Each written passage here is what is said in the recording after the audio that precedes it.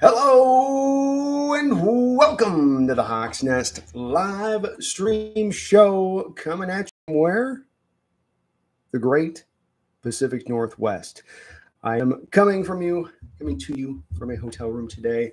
So hopefully you guys are able to get the connection and it stabilizes and I don't blink in and out on you guys constantly, which potentially could be the case. So strap on in from that standpoint of things today as far as the show goes. But I wanted to come in and do a quick stream with you guys today on the back of being able to go to my first training camp practice here in Seattle. Getting a chance to go down there, the facilities, take it all in, be really up close on those players, really get a good idea of some of the things that they're really working on and some of the finer tuned details of what they're doing, and versus how we've heard other practices go at times in recent years past, and the process for that. So there was a lot of action going on. You had 3-4 fields at once that were kind of constant in a rotation of guys doing different drills and going through different steps and whatnot. So it was always hard to try. You had to kind of pick your spots on where you were going to kind of lock in to pay attention to and really, strive that. It was fun to watch the 7-on-7s when them really getting in there. They don't have the pads. They can't get as quite physical as you'd like to, of course, see. But it was nice watching a bit of the chess match that was going on there between the defense and the offense on that side of it, where each side was able at moments and times during this practice to get their ins, to be able to, we got a play here, we got you over the top, we were able to hit a big play here. Defense on the other side of it did a really good job of making their share of plays as well. I don't believe there was any turnovers necessarily. There were some close ones, and neither side carried the day. There were some strong performers, I think, on either side. It does get tough with the defense with this, though, when you talk about not tackling and you're not in pads. It's more, I think, you get to lock in on what the offense is doing at times with stuff. And specifically, I would say the quarterback one was what drew my eyes by a large part today in watching the practice. And there is indeed a staunch difference between Geno Smith and Sam Howell and PJ Walker. For right now, let's just lock in on the Geno Smith and Sam Howell aspect of it. Is Sam Howell new to this offense? Absolutely. So is Geno Smith, though. Both of these guys do come from spread concepts in their college background, so there should be some acumen for both of them in walking in and being able to handle this system reasonably well without having to have a long, determinable period of having to learn the rule the road, so to speak. But and this is not any shade towards Sam Howell, because I think there's a good reason for this, and the main reason being, of course, that he is so young. He's 23 years old. Professional year. Many people have come to their final determination on him, but he just still is young. He still just needs time to develop and grow. And he's not in a position, even right now, in my opinion, to really push Geno Smith to the ultimate degree. Geno was much more certain in his reads and where he was going. Geno was able to push the ball up the field and work it into some tight windows at times in practice. And that was just not something you were seeing with Sam. He was very tentative back there, a lot of check down city. He was really going to this out where they run sort of a switch release off the line of scrimmage, and then he looks to hit the out route on the flat, and he kept going to it and going to it and going to it, and then you'd see him try to go to push the ball down the field and be wildly inaccurate, throw the ball tremendously just like 10 feet over the guy's head, and then he comes back to the flat route, back out there to that out route, and you go, okay, well, you're not going to be able to live there all the time, Sam. You're going to have to push that ball up the field and find a way to get the accuracy a little bit more in tone.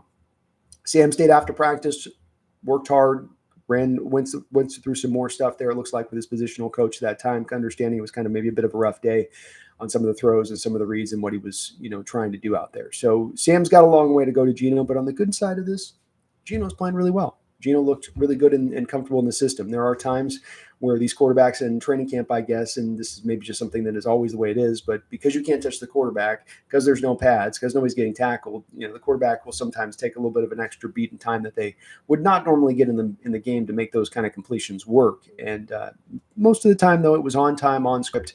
There was certain specific things from a route concept it felt like they were working on. A lot of the two-man stuff where you got two guys running almost tandem of the same route, and you're looking at one break off and the other one to break off. Oftentimes it's on a route where you're sitting down, and it's just a comeback route, so you're just splitting it off. You're trying to split between a defender.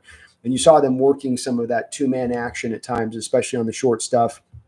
A lot of real simulated short stuff in around the goal line. Stuff would be on stop routes at the goal line where you're running out of like a stacked wide receiver bunch formation, something like that, and just how you could see Grubb walking the quarterbacks through a little bit of the progression read of inside to outside, and even within those drills, you're seeing Geno Smith doing little details that just have him a little bit further beyond Sam Howell. There was an out route that they would run where it goes in, goes out, and Geno would throw that out route where he'd have the receiver given to where the receiver's got to go get that ball. He's sort of throwing him open in certain respects, but you're going to go get that ball. That's how this is going to happen. The other quarterbacks, PJ Walker and Howell, when they threw the out route down by the goal line, it was going to be on the player. Little just tiny details between the quarterbacking that did stand out in this practice. As I said, defense was a little bit hard to read. I did notice a couple times Byron Murphy was able to create some penetration from the inside. It was really, really fun. And shout out to Ethan, who I was chilling with out there on the berm. Also, Steph and Mr. McCormick. I missed you guys later on, but it was cool to see you guys out there. Parker as well, able to catch a few Hawks nesters out there, which was to see, and I hope they'll be able to meet up with a few more tomorrow. But defensively, it was hard to quite read too much of what was going on. Chenano also got a sack. He was active in the backfield a couple times today. Boye Mafe was used as a bit of a will linebacking blitzer type guy, which was interesting to see him off ball, approaching like he would if he was a will and coming up to blitz. The fronts of Seattle, and it was something that everyone was kind of noting around when they're watching it, were so diverse and very just like you would hope. And yes, there were the stacked boxes. Certainly there was that. But there was also just always a variance in how the alignment was showing itself. There was one time you had one guy with his hand in the dirt, everybody else was standing, and it was a stacked box. Or you'd have one guy with his hand in the dirt on this side and then one guy over his hand in the dirt, and you'd have three guys standing up on the inside where it's not even double A gap pressure. It's like double trio gap pressure from the inside, all of them standing up. And this was part of what was giving guys like Sam Howell fits today when he was trying to find where to go with the ball post snap, because it looks confusing. It looks like there's more guys up at the line of scrimmage. You can feel the level of stress that it's kind of putting on the offensive line at times. I thought Geno did good at times of making the defense pay the price when they ran those stacked boxes and they actually brought the blitz. Seattle had it actually blocked up a couple times pretty well. And he was able to hit some big plays, including he was able to take the top off the defense with DK Metcalf on one play on a really beautiful throw. The best throw of the day, though, from Geno was in between the numbers, actually, where he had to hit, I think, a guy on a crossing route and put it into just a little tight window of space, and he was able to just barely sneak it in there. He probably gets his guy potentially depleted on that play, but still a good throw and really a nice throw with anticipation, which Geno was showing throughout the day as well. Looked like Derek Hall at one point probably had himself a sack if he could have tackled, if it wasn't just a matter of sort of two-hand touching it. So good to see him. He's looking big and ready out there. Mike Morris, people have been asking about the usage of him and whether he was going to be an outside guy, because, of course, at Michigan and in Mike McDonald's defense, he played off the edge mainly, almost exclusively. There was a little bit of inside stuff. But then Coach Carroll and company were looking to move him into a 3-tech last year, had him gain 300 pounds. Does look like he's lost a little bit of that weight, but he wasn't living on the outside necessarily. They would have, I saw him at times standing up on the outside in a wide 9 technique. Other times I saw him with his hand in the dirt in sort of a 5 technique. Then you had him even kind of kicked inside, sort of in a de facto 3-eye kind of look as far as that goes. So Mike Morris is a guy that it does seem like they're going to move all around that defensive line when it's all said and done on that. Tariq Woolen looked good back there in the secondary. He was quick. He was elusive. Him and Witherspoon, it was kind of cool to see. Right before practice, as everybody's kind of working on their individual drills, you have Witherspoon and Woolen over there on one side of the field, and one of them is playing wide receiver and the other one's playing cornerback. And why I think it was interesting was that they're just practicing off of releases and pressing to man coverage. So what you're seeing them do is, if you might have done press coverage, if you're the Seahawks, you'll come up and you'll lay your press, and then you're going to try to bail back into your cover 3 responsibility. But what you're watching them do in their techniques back and forth was come up, press, and then slide like they were going into man on that wide receiver, practicing that. So maybe a good forecasting out there of a potentiality of this team already showing some signs of maybe leaning into a little bit more of the man-based coverage concepts and some of the man-based coverage concepts off of press. But they both looked good, athletic, fluid, explosive. You feel Woolen's length out there on the field, that's for sure. He had a play coming up where he would have absolutely depleted a guy. It was just I think it was Howell put the guy just in a bad spot where it's like, oh boy, you just got to get your guy smacked. It might have been Geno. You can't put that one on Howell. But he looks good out there. He looks explosive and fast as far as from what I could tell on that side of it. Hard to say much about any of the interior offensive, defensive line battles in there because there's no pads and none of that stuff's really happening on it. Over on one side of the field, they had the linebackers working through some pretty cool drills, just working on hand use. So they would hit the pads onto the side, then come back with the rip move, and they were all going through and really getting their hands in there, and you could feel that they're being told to really get your pop in there and get back to the rip. And I was impressed by Tyrese Knight out there and him running the drill. He was a guy that you could, even way across the field from where we were, you could feel a little bit of his pop when he hit it with the pads, and then very quick hands to come up, as he's a guy that is able to rush the passer, and he looked good too as well out there. So let's have some quick, open discussion today here on the stream and bounce around, and I can give you guys some of my thoughts on, what I saw. It was a good day of practice. It's a businessman-like working attitude. If before Coach Carroll, it was a little bit of a three-ring circus and music everywhere, and everybody's has that energy up to the nines, and it's got its own unique kind of way it goes about it. This is more of a, buttoned up. We're in here to get the job done. Let's get the job done and get some good work in. So that was good to see on that side of it, but a bit of a different tone perhaps. The team was also working on one last note, a little bit of the back shoulder drills. And it was weird to watch them work on it because they were running back shoulder where they were running it over and over and over play after play, meaning that the defense was then able at that point in time to understand the back shoulder was coming not only to one particular player, but to whoever's on the outside over here to the, I think, strong side of the offensive formation was going to be the guy getting the fade in the back of the end zone. And they ran it like 3, 4, 5 times. And it was interesting to watch them work on that. It is still a work in progress, even with Geno there. So those of you that are hoping maybe that there's some magical chemistry that's developed between Geno and DK on some of those throws, it was still kind of in progress. DK had one that was very close to being caught, and was able to pull one in, but according to the referee, wasn't able to get his feet down on that. But they're at least working on it, and it will be a part of this offense. So not something that, though it's been a little bit not as much of an active part of the offense in recent years, maybe it's going to start to rise up a little bit in its usage and their effectiveness with doing it as well. But a fun, great first day of training camp. I'm going to be back there again tomorrow. So I'm doing the back-to-back days there with us. I'm really looking forward to going there at Saturday. I'm sure it's going to be packed. We had a lot of people there today. The vibes were cool. The energy was great. Shout out to the Seattle Seahawks. They put on a really nice event out there.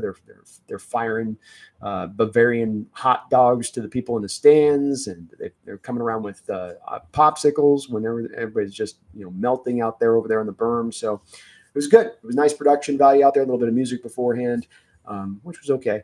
And I liked what they did. It was a good little setup there. I would highly recommend coming down to training camp, especially for $15. It was really easy to get up on the bus and just get right out over there and just check out the festivities. But let me know if you guys were out there as well or what you might have seen. And let's discuss a little bit of what's going on. We don't have any real hugely pressing news. We were able to cover it a couple of days ago before I went and took the trip here when we had the Julian Love signing. So things have been pretty quiet here. And again, I'm probably going to do this as just a somewhat of a quick in and out. I know whenever I say in and out, it turns into 5 hours. But it will probably be just a bit of an in and out day today because we're going to be coming back tomorrow. And we're also doing the meet and greet tomorrow. So if you haven't heard, we have decided on a final spot. We're going to be going out to Mount Lake Terrace. We're going to the Diamond Knot Brewery in Mount Lake Terrace. I'll be meeting there about 5:30. Essentially, practice wraps up at 4. Try to just run back to the hotel and then head right on out there. So as soon as I can get back out there from practice, I will be out there. Be out there for a couple hours. Come on out, hang out, have a drink with me if you're down, and we can chop it up, talk over these Seahawks. And so I will be out there tomorrow in Mount Lake Terrace, Diamond Knot Brew. I posted on the community post, and I will post it again here tomorrow just to get you guys the address and all that if you're looking for it on that side of it. But please do join me. It was great today to be able to meet a couple people from the Hawks Nest clan and faces and names, and just cool to meet people in person. It's always digital on this, so you don't really get much of that experience. But awesome day of practice. It will be again tomorrow, and I'm really looking forward to that meet and greet with you guys as well. Anyone can feel free to show up. And other than that, let's just chop it up. Let's see where you guys' mind's at right now with training camp and how you guys are feeling and thinking. There wasn't any injuries save one. So Draymond Jones did go down at one point during training camp here today and was down for a little bit. We were all worried a little bit, going, oh, good, what's going on? And got up, was able to walk off on his own recognizance. They didn't lay him down on the sideline, and then it looked like they were for a second stretching for maybe a cramp, but then there was a different move than you do for cramps. So there was something else that I think that they were a little bit worried about. He took off his jersey at that point. He was done for the day. So we'll have to just hopefully hear an update on that. And then hopefully it's not too major there, with Draymond, but it definitely shut him down instantly for practice the second that he sustained it. I appreciate you guys watching today. If you could for me, do please slam that like button.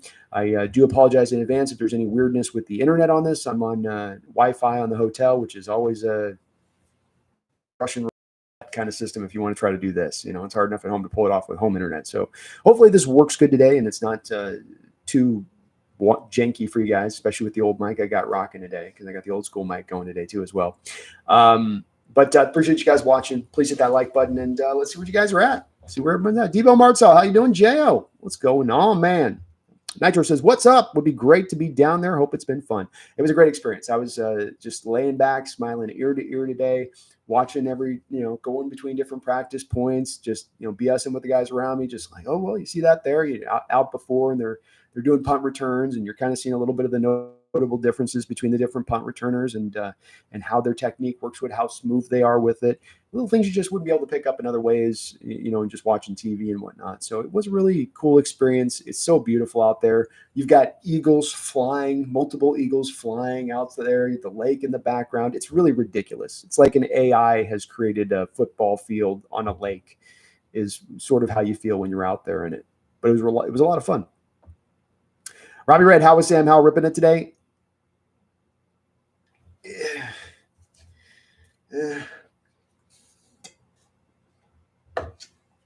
Look, I'm not an anti-Sam guy. I'm not. And I still say he's very young and he needs to develop. And this isn't any black mark on him that now he doesn't look necessarily on his A game. But he just didn't look on his A game. He didn't look comfortable. He looked tentative. The play on a screenplay where I'm under my breath, muttering, because he's coming back on the screenplay. They're running these screenplays in succession. They're just trying to get into the rhythm of running the screenplay.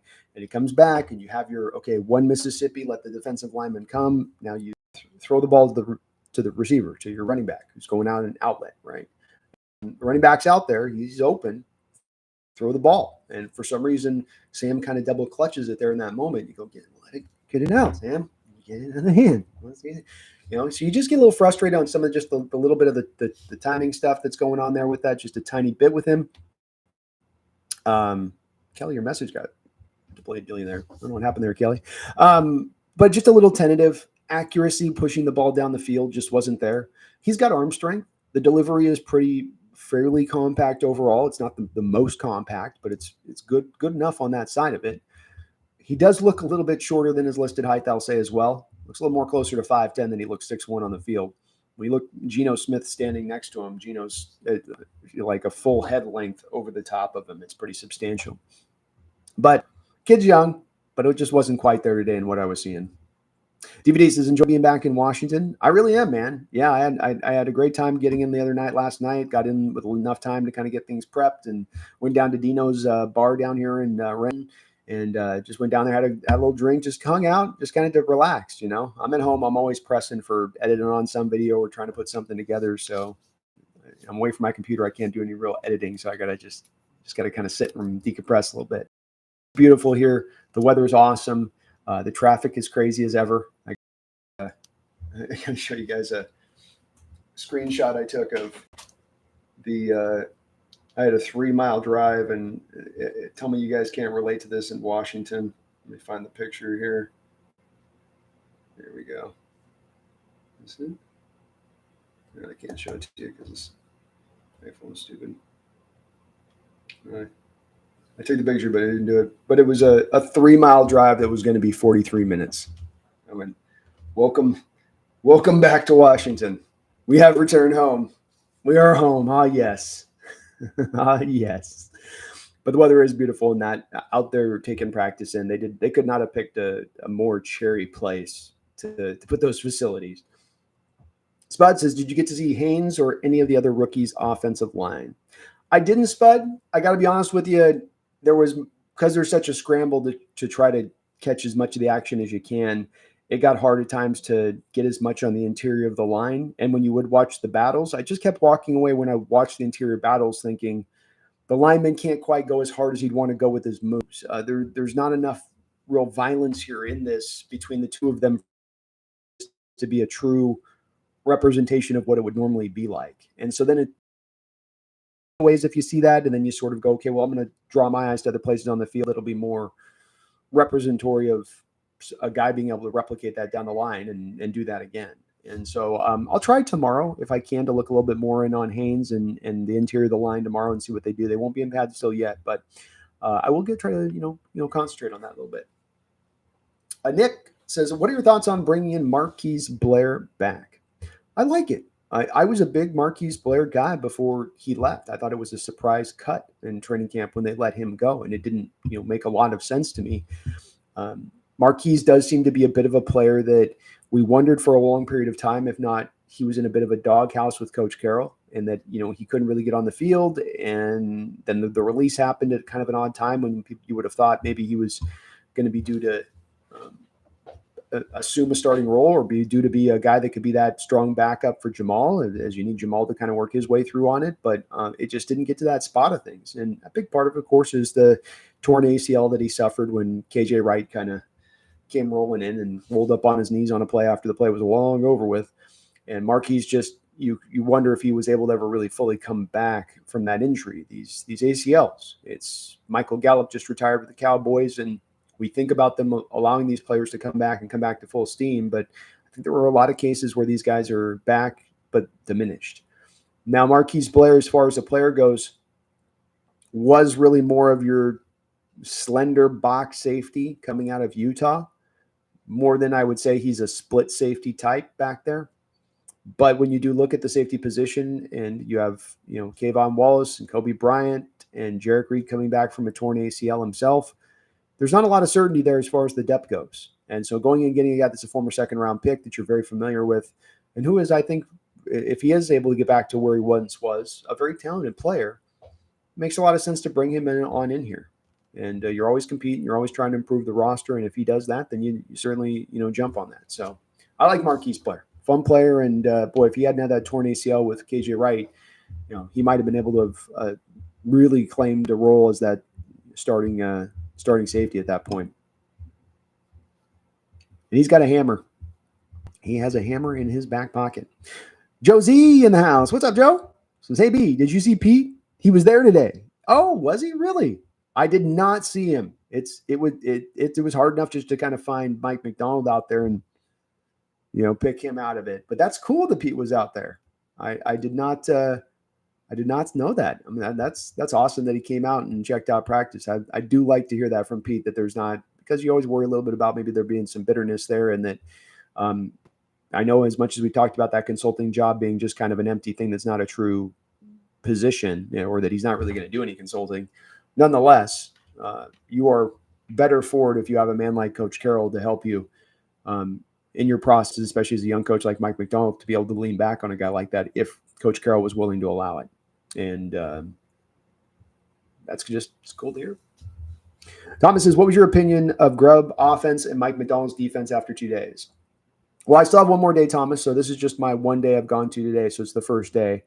I think with Grubb, you feel the spread concepts in place. You feel 4-5 wide receivers going into routes where there's a lot of bodies there. You feel there being an onus place to where we're going to give our quarterback some short routes to go to. We're going to give him the throws into the flat. I'm going to build in the screen game. I'm going to have so many receivers running down the field that he's going to have an option to go to. You can feel there being a preference or a push for the quarterbacks to get at times to get the ball out of their hands really, really quickly. Where there was some kind of extra holding of the ball where you went, that's a little too long. Got to get the ball out by that point. Got to make your decision. And the McDonald defense, that's that back and forth offense and defense today between each side kind of having their times where they were winning it.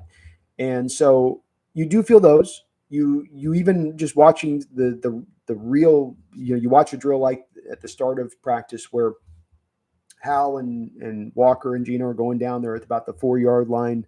It's a red zone drill, and then you're running 2 receivers and nothing else, just 2 receivers going to one side of the field, sitting down on a route. They're getting their spacing down. They're getting the timing down right. You're running a hike. You're trying to get that internal clock back on exactly what they need to do on these kind of plays down to very fine-tuned details. And you wouldn't think it would need that. It's a 5-yard stop route. What's the fine-tuned details on that? But it is the timing you feel with that. It's the spacing on those receivers. And so he's working on little things like that, which is just short routes. I don't think we would have ever seen that kind of push for that under the prior regime, making that was a big part of what they want to work on there within practice. And they did it with the flat routes too, where they had a couple of in succession points where quarterbacks dropped back, got into their flow, just hit the flat, get back in your thing, get back in your flow, hit the flat, just getting them into that territory of being used to going and hitting that player out in the flat. Whereas before, like we looked at a couple weeks ago in the Baltimore Ravens defensive tape, where Mike McDonald put the clamps down on our offense, there were moments on that tape where I could hit the pause button, and many moments at that, then you'd have 3 receivers down the football field with 4 or 5 defenders, and you'd have nothing underneath. You'd have nothing out around the line of scrimmage because those guys were in pass protecting at that time. And so those days are going to be gone. You felt that today, I think, with Grubb in a cool way. And the spread concepts are real, man. You feel there's so many guys running down in routes with that, and it does give you the feeling like, man, the quarterback's got so many guys to be able to go through here. Somebody's got to be open. One of these guys has got to go. And now the quarterback's got to read it right, and they've got to go through their progressions true, which for little times here or there today could be a bit of a struggle. But overall, solid, especially from Geno's side of it. I thought that he took to it well, and nice to see them targeting a little bit of the middle of the field within that, by the way, too, which was also nice. On McDonald's scheme, like, he wasn't holding anything back in training camp. He's bringing stack fronts. He's continually changing it up play after play of what you're going to see from that fronts. Guys standing up, guys putting a hand in the dirt, 4-man fronts that we saw a lot of with him with the Ravens at times where you wouldn't have stack fronts. Then you go to the 4-man front where it's 2 down defensive tackles and 2 guys and one guy in a wide 9 and the other guy with his hand down in the dirt. So just very multiple is this defense and what you saw from it. Willing to bring up in those blitzes and really, really, really put those offenses, I feel like, under a lot of strain because you feel it. When you're that close to the action, you really do feel it that just feels like that's just too many bodies down there around that line of scrimmage. There's just too many guys here. Can we just, this is allowed? This is allowed? They can do that many? It feels like a bit much, but I love it. It's going to make our defense so exciting, and I don't think this is where I come back to there being some easy answer for offenses in this day and age, even with the proliferation of Mike McDonald's scheme throughout football. I don't think there's necessarily going to be some easy answers here for them to be able to just call upon to solve this thing really quickly because it just confuses you by the looks of it, and then it confuses you after you hit the snap button. So I don't think that part's going to change. But, yeah, it was fun to watch on both sides what they're trying to do. And McDonald with some of his little drills that he was running through, like those linebacker drills where, they got linebackers not in a place of, okay, here's how you're going to catch a block and then get off block. They've got them in this drill attacking like they're coming up field. We're being aggressive. These drills are pushing a little bit of that aggressiveness at the forefront there. They had the linemen on another drill with the medicine ball, and they would bounce the medicine ball and throw it at the offensive lineman. What they're trying to do is get the linemen to come up with their arms like this to catch the ball, right? As opposed to what you typically have an offensive lineman do, which is shoot their hands out like this, right? But they're having to come up and catch. And the reason you do that is you're pulling out a player coming up and approaching you. He's going to do the juking. He's going to be trying to do all these little moves to get around you, right? And so you as a lineman are bigger, though. You're not as able to juke with that if it's like a linebacker or safety. So naturally, there's going to be a little bit of a loss to that pulling lineman to where I'm probably not going to get right heads up with the guy. I'm probably going to end up like around in this. So when you bring up those arms, right, now I can kind of catch the guy in my net. It's not a hold because the arms end up coming up into the chest, right? You're coming up through into the chest rather than striking out like you would if you were just coming off the ball as an offensive lineman. So you can kind of still catch that guy if he gets around you, get it back in a redirect in front of you a little bit. And so it's all off of that little medicine ball drill there they were running with those pulling linemen. But another thing you're going to see with this scheme is linemen pulling in space.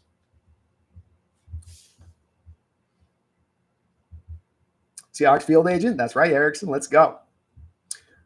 Thomas says, what was your opinion of Murphy, Haynes, Knight, and Barner in the drills? Murphy was harder to see for me because it was a bit more on the far side of the field with that. He's definitely quick off of the snap, and his hands are quick with it. Certainly stuff that we saw in college where they pair together very nicely, where he's getting up into you, and he's got his hands already working you and working to get around you as opposed to he gets up in you, and now he's going to try to activate his hands and try to activate the pass rush moves. I will try to lock a little bit more on Murphy. He did have some penetration, I think, on a couple of running plays where he was able to get in the backfield and cause some problems. Knight does look the part back there. And in those drills, he was looking really good on those, that hand drill I said where they came up. You have basically kind of that tackling dummy where you hit and it's almost like a shotgun cocking when you hit it. It goes, it makes that real nice, satisfying sound. So they were having them come up, hit it, and then go to the rip. Hit it, go to the rip, and just practice getting your dip and bend then around that. I thought he showed real nice, strong hands on that, and then real fast hands to get to that rip. And he has that pass rush background there with UTEP a little bit. So I didn't see as much on Knight, looking into him too much on what he was doing there. Another guy that I'm going to try to maybe watch a little bit more, but you do feel he's got good size too. Good size, good length on the field with him. As I say, looks the part. There's not he doesn't feel short or short-armed or thin. He's got the build to make it happen, at least from that side of it. Barner had some pretty good catches. They ran on some of the drills. They did some back shoulder throws and went through some drills on that. And I think he had a couple of good catches in there. He looked very smooth, making those grabs and good body control, which is something I saw from him when there were those times they did throw him the ball, those rare moments at Michigan.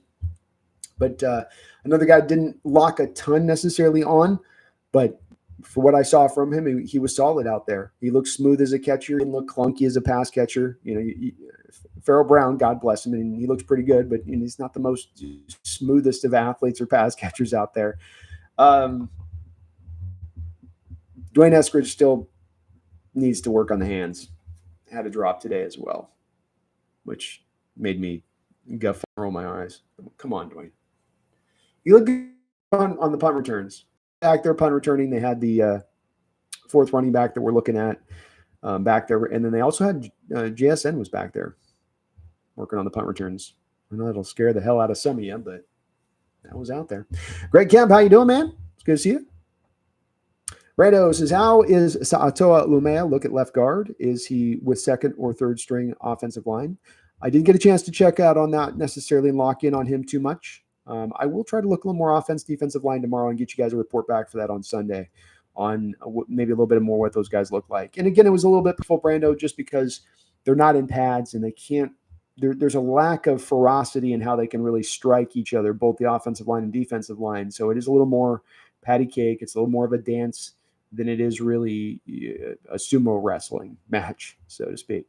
But I will say that at least as far as the pressure today goes, it did feel like the majority of the pressure when it did happen was coming off the edge and was not coming through the inside of the offensive line. Kings Owl, how you doing, man? It's good to see you. Greg Kemp says, Brandon, did you get to see cool catches and did you like what you saw from the offense so far? I did like what I saw from the offense. I think that they did a variety of things and they worked on purposeful parts of this offense that we haven't necessarily been as good on. Good throwing down in the red zone. Been okay throwing down in the red zone. Working on those drills made sense. Working on hitting the running backs out in the flat. Working at hitting the short outlet passes, the quick throws. Again, something that hasn't always been necessarily at the forefront of what they're trying to do. The back shoulder throw drills they went through. Fade routes they went through down by the goal line. Working on those things that have been problematic for this team on that side of it. And it's good. It's recognizing on here, what do we need to work on? What are the things that we don't do well offensively? And understanding if you do start to work on those things and correct them, that's much more likely than the chance of you then increasing the overall ability of this offense with it. And so I get why he's kind of locking in on that. The best catches of the day were, we got one with JSN where he was able to get down the field, I think, on a crossing route. And it was a really great throw by Geno Smith, really with maximum anticipation. And he put it right in there and really smooth catch on that spot. The second one was the Bobo fade route on those fade drills they were running where he went up, caught the ball. The defender's trying to push him already out of bounds. He twists his body back around. He to get his feet in. Officials were kind of selling on us today. I got to be honest with you. There was a couple catches that looked good, and the players got up afterwards and were like, bro, that was in. And they're being all demonstrative, doing the no, you didn't do it. But the best catch was Tyler Lockett on the day. Tyler was in the back right of the end zone on another one of these little fade route throws. He went up for it, got kind of knocked off his feet as he went up for it, came down. One of those plays where you go, okay, there's no way he's going to get his feet in on this, and able to toe tap down the feet while he might have even have brought it down as a one-handed catch. Certainly one arm did most of the work on the catch. I will say that. So Tyler, probably the catch of the day on that grab there. It was pretty impressive. And DK looks solid as well. I haven't spoken about DK, but you are going to see DK short. There's a couple times a day I was sitting there ear to ear grin watching DK run a little short drag route right from the slot. You'd think a short drag route from the slot wouldn't get a man excited. But I was over there like, look at that. Look at DK doing the drag route.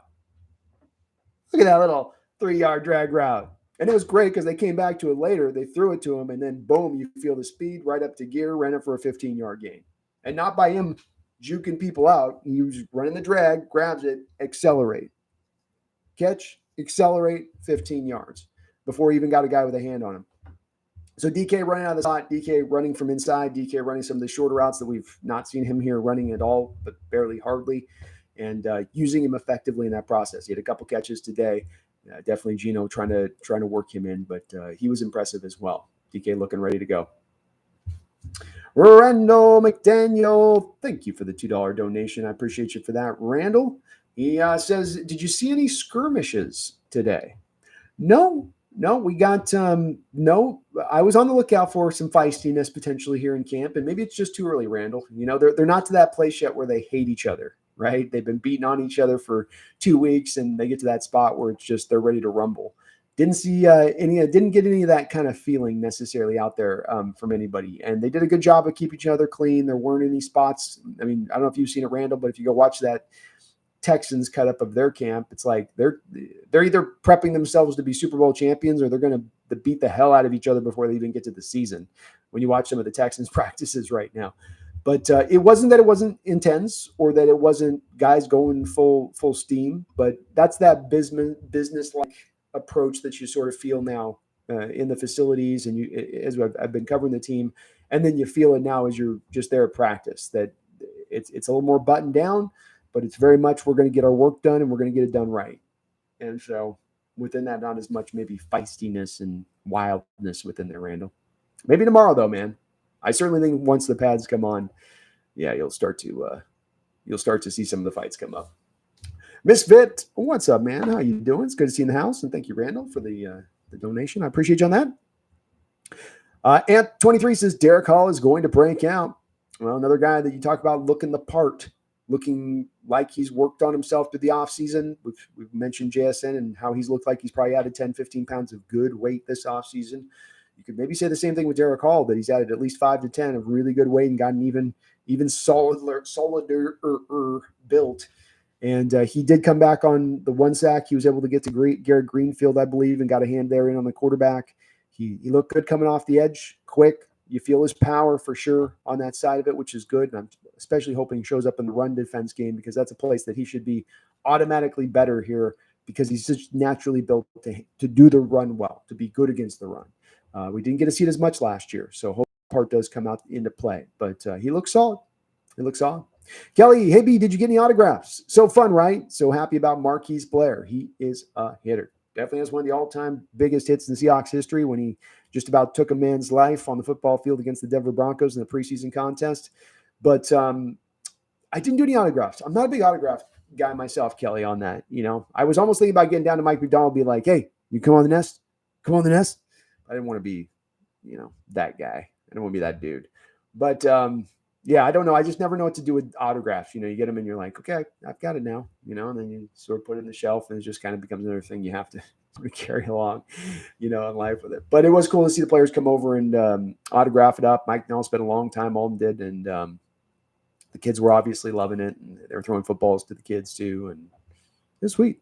But yeah, Marquise Blair coming back, really nice to see. Safety position is in many ways got certain echoes a bit of the inside linebacker position, being that you don't have huge questions on the starters. They're fine, but you do have some worries when it comes to when we're talking about the backups and how that all shakes out. It's good to see you though, Kelly. And Joe, you too, man. Gaming Taco, go Hawks. William Leonard. Randall with another $5 donation. Thank you for that, Randall. It says, anyone stand out physically from the eye test? Bigger, smaller, faster, or slower than you thought? I'll give you some random ones. I thought that Sam Howell was listed at 6'1".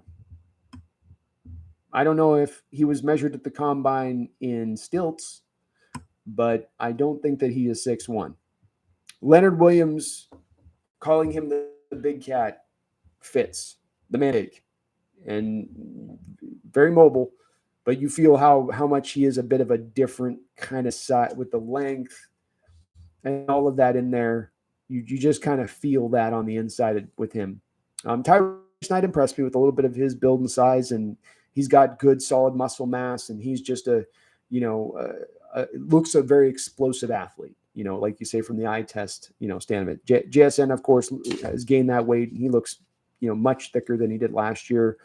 DK is absolutely freakish, but you guys all know that part of it. Smaller.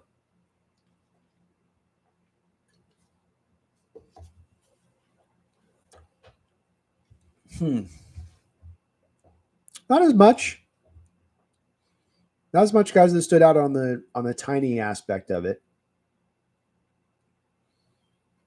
I'm trying to think about it. See if there's somebody that's, coming to mind with that, Randall, with me.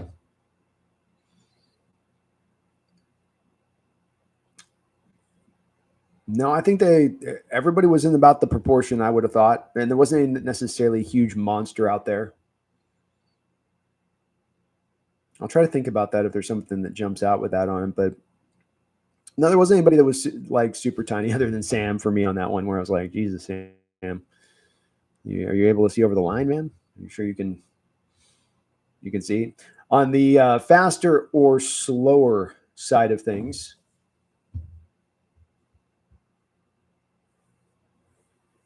I think Farrell Brown's a little bit of definitely the type of tight end where you're like, yeah, he's bless the guys out there throwing the football with the fans, and he was being awesome, and he's going to block like a demon, and he's got that in his bag. You're going to throw to him probably like 12 times this year, but it's when you watch him getting up the field running routes, you're like, okay, this is taking a little bit of time to make this happen. Anyone else? Nobody's jumping out to me on that, Randall. Corners look good. Nehemiah Pritchett look good. They look smooth and ready. Tariq Woolen definitely looks really fast in person for his size and how well he moves on the field. You can feel his twitchy explosiveness and his just top end speed and change. I mean, he is really a freak on how he's put together on the field. That's for sure. But nobody was really standing out on the slower aspect.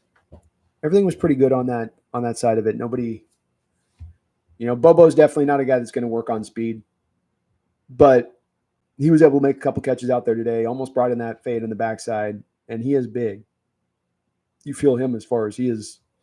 That's a big boy. That's a lot. He's a lot of length, a lot of tall, a lot of height, big catch radius there with Bobo. That definitely stood out with him. So I guess there's a couple guys on that, but nobody was a small guy. I think there was one guy that was like, "Oof, boy, he's a little one." Thank you, Randall. Appreciate the donations, man. Randall Cat says DK is huge in real life. Oh, he's a monster size. He's out there moving around, and especially you got Tariq Woolen out there. He's a big guy too, but you can still just feel, just out there, just sup Tariq. Oh, you can body this up. You can buy this up. He's big, and you can physically how these corners mess with him. I don't know. I certainly wouldn't want to be tackling that guy if you had him going full speed 4.37 coming downhill at you off of a nice short drag route. Oh, I love to watch that drag. That drag route gave me a grubby. Pretentious Cameron, anyone recognize you at camp? I had a couple people. Yeah, I didn't try to work the crowd through hey, any Hawk Nesters, and go over the top with it. But yeah, it was kind of cool. First thing I got there, Mr. McCormick and his buddy, I think it was So I was running at the time because I got there a little bit late, so I had to get to like this long line to get to the back there and make sure you can get on time. So I couldn't chill with those guys as much. I didn't want to cut in line and be that guy, but yeah, they got me first thing. Like, oh, there's the Hawks Nest. I'm like, oh, huh? What's up, guys? It was cool. Don't get recognized very often, so that is a pretty cool feeling.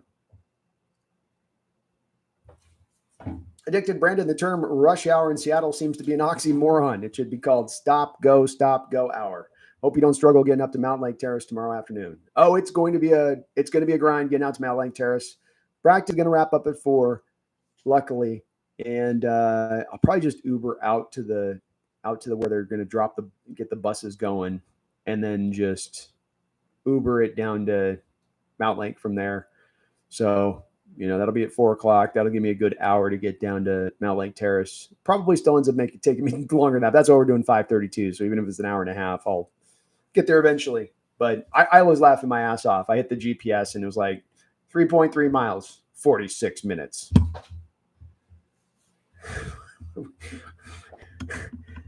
We got to do something here.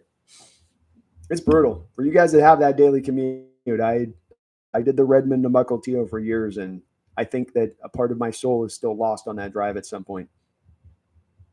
David Marazano says defense had better be elite. Worst quarterback in the division. We'll see on that, man. He looked pretty good today, David. He didn't look like the worst today in the division, and we'll have to see how it goes. But hopefully both sides can improve on those sides of the ball with both the defense and the offense. But Geno Smith, boy, you see a stark difference in watching between him and P.J. Walker and Sam Howell, two guys that started a lot of games last year for different NFL teams. There's definitely a different feeling, and not just the way I look at it. Many of the people there practice could note the same thing. And when you're watching Geno back there sling it versus the other guys, and not just sling it, but the way he's going about his process, his level of control and understanding of the offense. The Snail, how you doing? It's good to see you in the house. William Asapaco says, I'm in. Check on in. Let's do it. David says, the line is a big question mark. Geno is the 4th best quarterback in the division. I'll give you that the offensive line is definitely a big question mark. We certainly still don't know where Abraham Lucas is at. Charles Cross looked good out there today. I caught him on one rep where he really handled Boye Mafe with just almost effortless ability on a pass pro rep. And it is a question mark. The nice thing with it, David, is that they've taken big steps on improving this offensive line over the last 3 years. And that they took steps that they hadn't been taking the prior 5 or 6 years to the same lengths, as far as draft capital they put in the position, as far as the reinforcement they put in the position, as far as depth goes, and finding actual quality depth at that. So I do think that the offensive line, though it is a question mark, has a lot of reason to believe should be better. It doesn't guarantee it, but their process has at least been better to make it better. As far as on the 4th quarterback best in the division, I'm not quite sure of how you land at this spot with that myself. If you put Brock Purdy in this offense last year, David, if you flipped out Geno Smith and you put Brock Purdy in this offense last year, Brock Purdy doesn't come close to touching the numbers of Geno Smith in this offense. Kyler Murray has been an up and down bag in his career. He had a pretty good finish to the season last year, but I don't think that necessarily nuzzles him up over Geno Smith in how he's played over the last 2 years cumulatively versus how Geno Smith has played. With Kyler Murray, it seems to be more of the opinion of, well, he'll eventually get to this place where he'll reach as a player that'll be this. I mean, he's not there yet, but he'll eventually get to this place where he's like, well, he's not there yet, though. And so I understand, David, that there are a lot of Hawk fans that are out on Geno Smith and that he can't sell them on who he is as a player, that he's not good enough to do it. And I can listen to that to a certain measure of it, but at the same point in time, the guy's not been bad the last 2 years. There is a reason he won that Comeback Player of the Year award. It wasn't just a participation trophy they handed him. It was because he went out there and had a really great season. And you talk about the O-line, David, I think that's an important point here, is that one of the reasons I say you put a Brock Purdy behind this offensive line last year, or even a Kyler Murray, and they don't have the same kind of successes because it was a bad one. And then when you put quarterbacks behind bad offensive lines, you tend to get bad quarterback play, and that's pretty universal. But I know I probably won't sell you on this one with Geno, as the folks that do seem to be pretty striking the place they're at with Geno stand there with firm resolve. Nick says, what's up? What's up? So cool you made it to some training camp. It was a great day, man. It's a really cool training camp, and the Seahawks do a great job with that experience to make it real fun. Docs, Brandon, do you think our O-line will be able to pass protect long enough for Geno to do full read of 4 or 5 man routes? Translation, no news on Connor Williams. Yeah, no news on Connor Williams yet. Negotiations are still being undertaken. Yes, I would think they could, because many of the routes being run out of these spread looks addicted to Hawks, for though they'll take purposeful shots down the field and try to hit things deep, most of this stuff is going to be short. Most of this stuff is going to call upon the quarterback to get the ball out of his hands. So you have 4 or 5 man route concepts. You have a light pass protection with those 4 or 5 man route concepts, but the ball's coming out so fast that your 5 man pass protection doesn't get exploited, because if that makes sense on the other side of it. There will be plays where they got to hold on a little bit longer, but by and large, it's hike, get the ball in your hand, get the ball out of your hand. And that's part of how they, of course, at University of Washington did such a good job of protecting Michael Penix and keeping him clean back there, is that they did good in pass protection for sure, but it was also a purposeful approach as far as throwing the ball goes. David says, forming any conclusions from watching practice in July is typically extremely foolhardy. Yes, sir. Absolutely. Snail says, who cares about Knight? How was Devin Richardson? He was amazing, Snail. Starter caliber, dare I say. Great Camp Brandon, everybody has been talking about Cross looking small compared to the rest of the O-line. Did you notice? I didn't. No, he looked to me, pretty comfortable with what he was doing. So I'll try to look for that tomorrow a little bit more, because again, that's the line's probably the place that I didn't do as good a job on keying in on in this one. But no, he looked okay to me. Thomas says, if Dotson and Baker get hurt, Knight will be playing, and you don't know what happens during the preseason. Very true. Oh, you're talking addicted there. Sorry.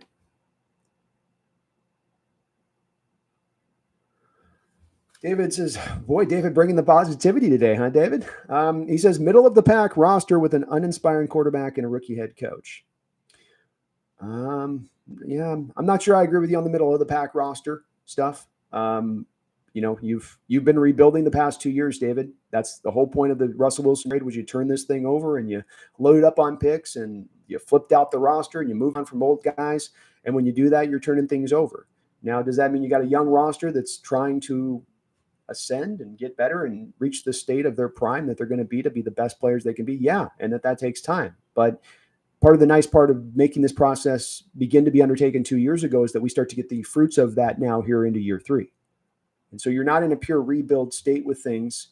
I would say middle of the pack roster is maybe not fair in the respect of really looking at where the talent is on this team, how young it is, and the likelihood that young talent with all of those picks you bore at the back of the Wilson trade met out. Again, too, I understand with opinion on Geno Smith, and I understand that the anti-Geno Smith folks are very loud, David, but there is a lot of data here to show that he's not a trash quarterback. There's a lot of data here to show that he's not a fourth best quarterback in this division. It's one of those things. I understand that the opinion on Geno for the folks that are anti-Geno is hardlined, and it's as virulent as I will find on any Seahawks football fan opinion out there. But I got to admit, it's one I don't quite understand, David, because I think that you put any other quarterback into the situation over the past 2 years with the absolutely rudimentary offensive scheme and approach, with a piss-poor offensive line that can't pass protect for its life, with a run game that is as unimaginative as you will find and cannot find very much consistency on top of it, with a defense that lives on the field, David, 24/7. I just don't think that there was going to be a QB you're going to find out there that was going to go out there and throw for 4,500 yards with this team and with those circumstances that they were dealing with. And it's probably a place we have a little bit of a disagreement on this, but that's just to try to maybe give you a bit of a perspective from the people on my side of this who aren't trying to tell you that Geno Smith is the answer or that he's some long-term solution, but just to say, well, the fourth best QB in the division or the back end guys, like, that seems a bit of an overstatement on it, Neil. Jag Sports Talk with Jose Rodriguez. What's up, Jose? Says B, thoughts on Marquise Blair being brought back? I love it. I think that you have a lot of room with both the interior inside linebacker and the safety position right now to look to try to make it better. Not necessarily make it better by the starters, but just make it overall better. Make it more overall talented. Make it overall more given more potential to it. And so with Marquise Blair, the team's very familiar with him. Certainly, I think we can say that John Schneider had a little bit of a likening of Marquise Blair and making him originally a second-round pick where he did take him in that draft. Where we go, was it a P pick? Was it a John pick? Probably more of a John pick on that one at the time now. And even just based on a little bit of him coming back here now. But he was a kid that showed some ability and a guy that I was very surprised when he was cut initially, Jose, because he was a guy who wasn't, to me, having a bad training camp. He was coming off the ACL. When you had played him in football games, when he wasn't in that sort of what I would perceive as kind of a doghouse, he played pretty well.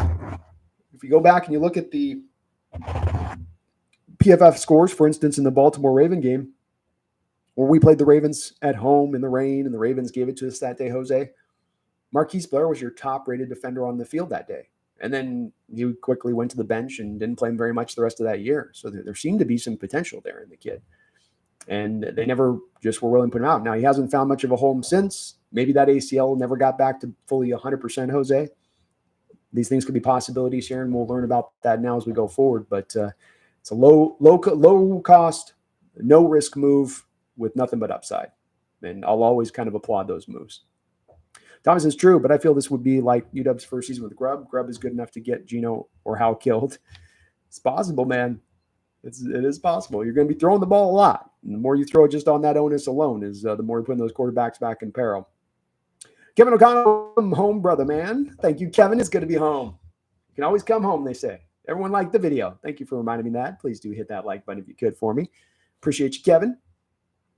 Hand Grenade says, oh, damn, you live. I'm driving. Be on later. Sounds good, man. David did bring that positivity today. We'll battle for third place in the division. It's possible this year, David, with it. And then the good news is that if you did land in third place this year, and that's where you are fighting it out for, you got two really good teams up ahead of you that are more in their window right now to go for it. Two teams that have both recently been to the Super Bowl that have those players at that standpoint to be able to kind of, let's roll. We're developing and trying to get to that state. And maybe that we get to that state this year. Maybe that we have to wait a year with the Mike McDonald experience to be fully onboarded. It's possible. Thomas is based off you, Dan Viennes, and Hawk Blogger. It makes me excited for next Saturday at Lumen. Let's go. It'll be fun, man. It'll be fun. It's you can watch and practice. It's hard to come away with too many major negative takeaways because things seem to be on time, on schedule. There's a purposeful approach to what they're doing. There's an intelligence approach I would offer to what they're doing and what you see them working on and locking in on, like I was talking about on some of those individual drills. And that should get you very excited.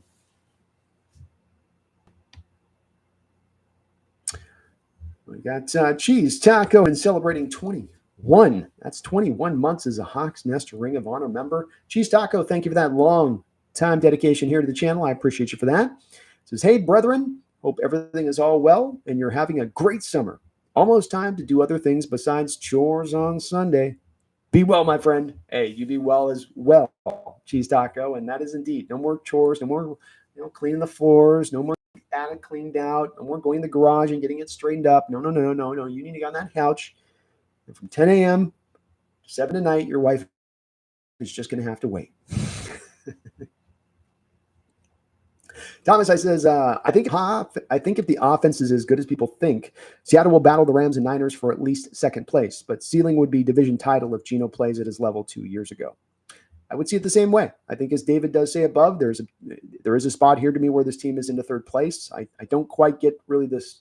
Whereas, yes, Gannon had a pretty good opening year there with the Cardinals. It's still a 4-win season. He didn't, tear the cover off there, and I'm still not yet ready to crown them as anything but probably the fourth place team in this division.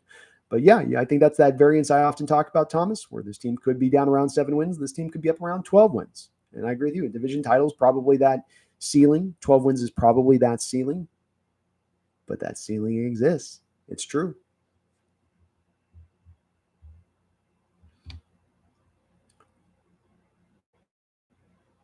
Chad says DK on the drag route gets me excited too. Finally. Oh, it was great. It's one play. Geno was kind of like soft rolling to his right, and he had a throw out, and then he had DK as kind of another security blanket coming back across the field with some multiple options. It's good. Dr. X Nasty CFB. I like that name. How is Byron looking? He looks good. He had a couple of points of penetration. It gets hard to sometimes see when the bodies get all locked in there and everybody's just, a cluster of one, so to speak. But he did look like the quickness off the ball, the fast hands, the typically mastering the leverage war, winning the leverage war. These were things that you were seeing from him a little bit today. It does get hard because they're Dr. X. They're not in pads at all. So there is a little bit of a difference for anybody that's played football. And when you've got pads on and you're going up against another guy that's got pads on, the violence by which you come out and you'll go at it is just, it amps up a lot more once the pads come on. The intensity level is going to come up. And so when they're not there, there is a little bit less of that feeling necessarily of that full intensity that you might normally get. Tim Mann says, respect the grind, bro. Hope you enjoy Seattle, bro. Thank you, Tim Mann. I really appreciate that. And I love me my home state. I love me my home city. This will always be home, even when I don't live in it. Seattle is always going to be that. This is a city that raised me up from a little boy. So, always that special special place in my heart, I should say. Thomas says, yeah, I thought it was funny that Hugh Millen begged Grubb to target DK 10 times a game on Softy Show. Oh, bless Hugh Millen. Yeah, that's great to hear. That's great to hear he was saying that. That's what they should be doing. Get the ball in this guy's hands. Make him a point of emphasis. Make him at the forefront of what you're doing. Show these people really what his true upside is, because there is an upside that exists with DK that has not yet been realized. And it's not from DK's lack of work ethic or that he needs to round out this skill to get to that. It's that we've got to get an offense that's going to utilize him in the best of ways. An offense that will utilize him in the ways that just about every other offense in the NFL has got a number one kind of receiver like this, who demands the double teams that he demands, would find a way to utilize him. And I think the Grubb is, and as McDonald has said, has put this a bit at the end of the stack as far as priorities go. And I don't know if it'll be 10 targets a game. Should it be? Yeah. Should he finish out the season with 170 targets on the year? Yeah, he absolutely should. That's completely within the realm of reason, in my opinion. But you can't just do it like to get to 170 targets. You're not going to do that with just having DK on the outside getting doubled at a top 10 rate in the sport.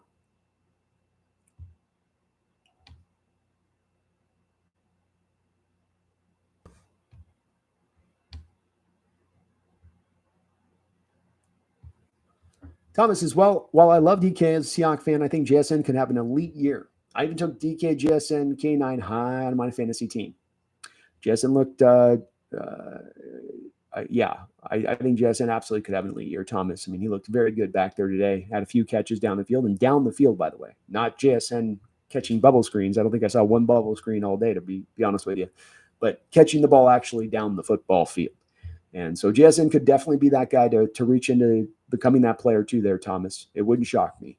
And I think there's going to be a lot of throwing, a lot of getting the balls mixed around here, a lot of opportunity for everybody, in my opinion, to kind of get there to eat, to come away with some big seasons. And it all kind of partly comes from that same place. So, less of a football defense spending an extra game and a half on the football field. Less of the fact that you're going to be completely unwilling to target the middle of the football field or run to the edges. Less of the fact that you will refuse to run a screenplay. We saw a couple screenplays today. It's like all of these things in totality add up to a team that can then maybe be so much better offensively, but then in being so much better, that much more explosive, higher scoring, more productivity from those said guys that you mentioned, Thomas. Mark Havercorn in the house. What's up, Mark? It's good to see you.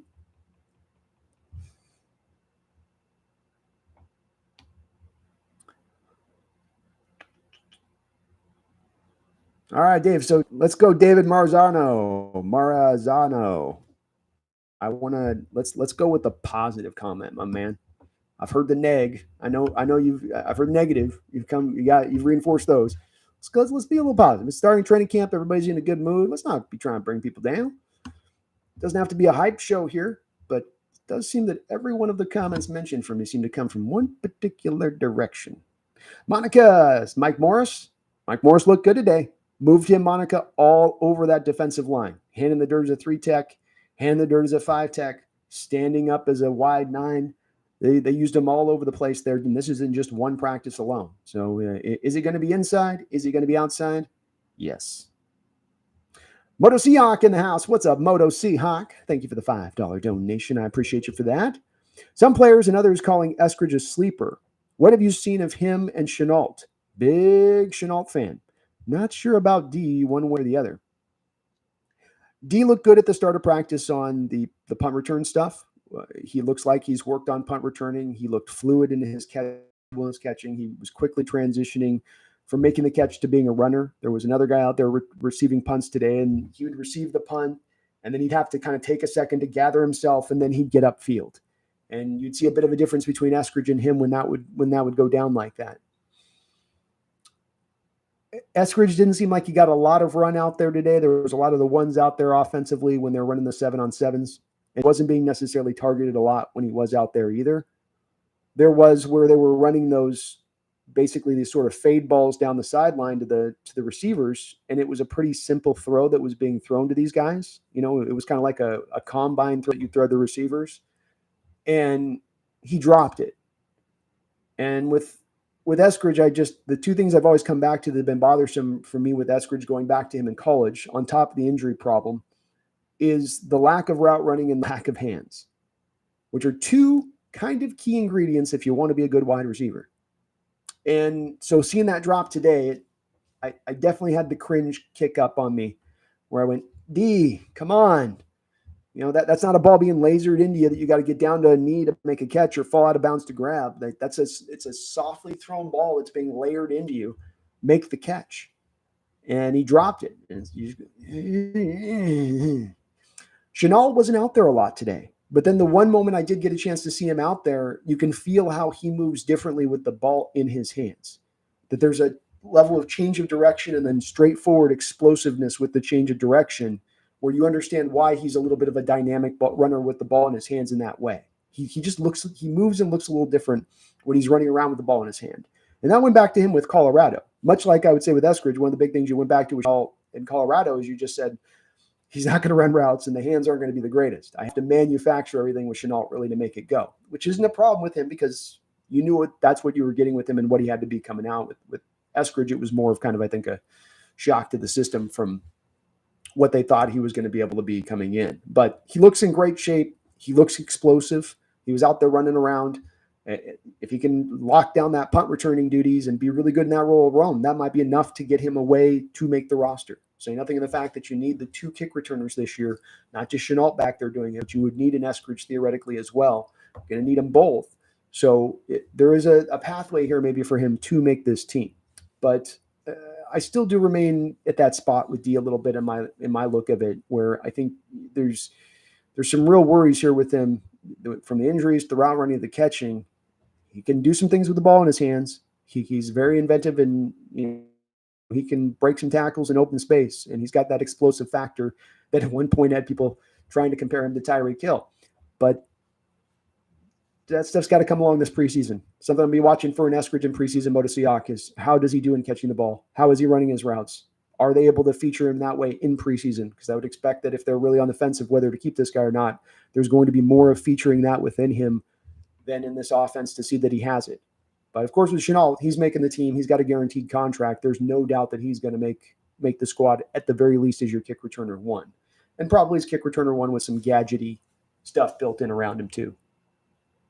Drop Top Submarine, how you doing, man? Says, yo, Brando, this is my first time in Washington. Beautiful state. I love it here. You've come at the right time of year, Drop Top. I will always say that there's from about May 27th through about October 5th, there is pretty much not going to be more beautiful place on the planet Earth than in Western Washington. It glows, it sparkles. They call it the Emerald City because of this time of year and the way it looks within that. It is absolutely splendid in that way. It is wonderful. And so you just got to avoid those other times of year where it doesn't quite look as nice. But yeah, I'm glad you can come visit it, man. I always love coming up here during the summertime. It's always a good time. And there's a lot of stuff to do on top of it. Thomas says, so what? McVay was unproven. Shanahan was unproven. You have to start somewhere. Not all OC coaches start as NFL offensive coordinators. Shoot, look at Reed and John Harbaugh. Very true. Experience doesn't necessarily mean that that's what you have to find to get the coach to hope to have any success in, let's say, even just the first year of that coach.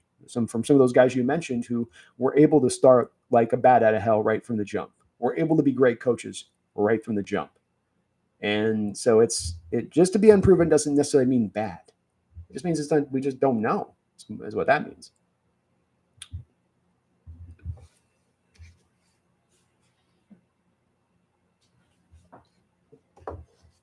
Casey says Bobo good against zone. Yeah, he's good against zone. He's good against both. Chris says traffic sucks, but won't be as bad on a weekend. That's good to hear, Chris. I'm glad you're on that. Yeah, it's a bit brutal. They're doing some heavy construction here, and I'm giving them a hard time, but to their credit, the city is expanding out the freeway up here on the 405. So they're trying to widen it. It's, they're doing what they can. To me, they should make it about twice as wide than they're making it currently right now, because by the time they get that road fixed, they're going to have to redo it again. Yeah, there's the Mariners today too. That's true. Greg says, dang, Brandon, you missed watching DK beat Tariq deep in person by a day. Just by a damn day. Damn it. There's some good fight battles going on between DK and Tariq. Those guys went toe-to-toe out there on a lot of the reps. Big Docs, Brandon, Redmond to Mukilteo sounds brutal. Should get some kind of merit badge for that. I did Tuck Willow to Bellevue afternoon for 10 years. Don't miss it.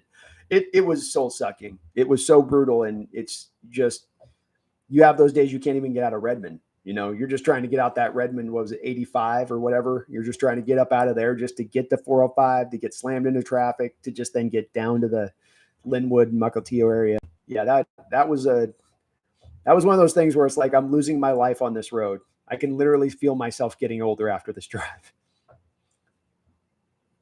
Big Country, how you doing? Chris says Mill Creek to SeaTac commute 4 times a week sucks, but 2. Oh, yeah. At least you got on the 4 work week thing. That makes it a teensy bit better, but that's still a long-ass commute. You got to come from Mill Creek, so you're like going off the back roads to get to the 5, and then you got to just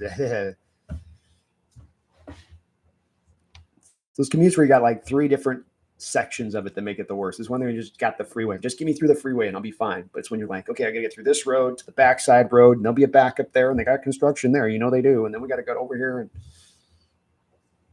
Parker Hansen says, yo, Brando, it's Parker. Nice meeting you at training camp. Hey, Parker, it was great meeting you too, man. And lovely girlfriend there as well. You seem like a really cool couple. But it was really cool meeting you, man. And it was great to hang with guys and take this in. I'm hoping to be able to meet a few more people tomorrow too at training camp. But it was just awesome. It was awesome putting some faces to name on that type of stuff, and be able to do a lot of that tomorrow too as well. Because it's always just, digital, and I just see the little emojis. You can't always tell much from the emoji at Parker. But thank you, man. I had an awesome time down there, man. Thomas, I will say I'm a pro draft quarterback, but it has to be the right quarterback who gets the best out of the talent Seattle has. I'm hoping it's no longer than 2 years, though. Well, as me and you, Thomas, have gone back and forth on our discussions with this on the timing and when the quarterback should or shouldn't, or if the timing is right now or wasn't prior, and all that to me does go to the wayside a little bit now. Where, to your point, whether they should have not in the past, they probably are in line to do so, if not this year, within those next 2 years. I would be, Thomas, very surprised if outside of 2 years, the Seattle Seahawks haven't gotten their quarterback of the future in the draft. Well, that doesn't mean it's going to be a top 10, top 15 pick, but that they will have gotten out there and taken a very substantially talented player for the position and given up probably pretty good assets to get that said player. So I think that they've waited and they've taken that time. And I've been a big guy, Thomas, in our talks on this, saying, you got to give it that time. But there does come a point where the time then becomes right to strike, to then go get that young QB that you put behind a stacked team, hopefully maximizing his rookie contract, hopefully hitting on that quarterback in addition to that, and turning this team back into a contender at that point, fully, if they're not already there.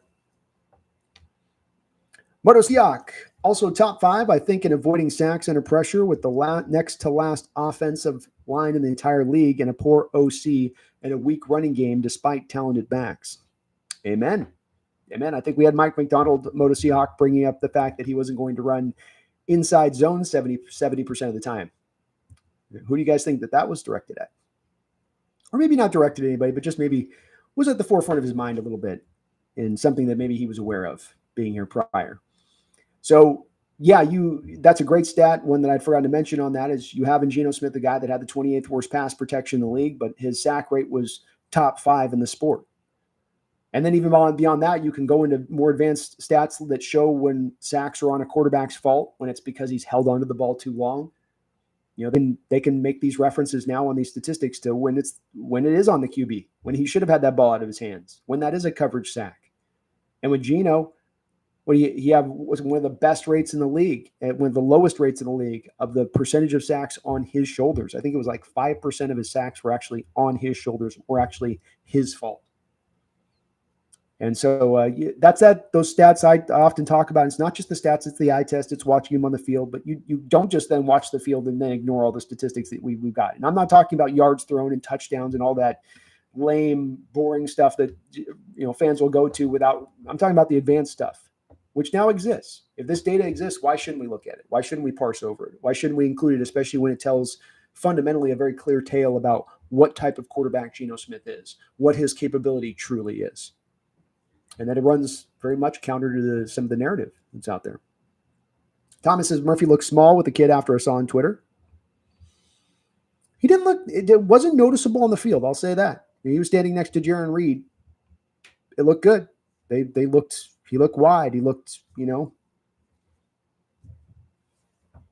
like get it done. Casey says, you still there? Did you get it? Did I get what?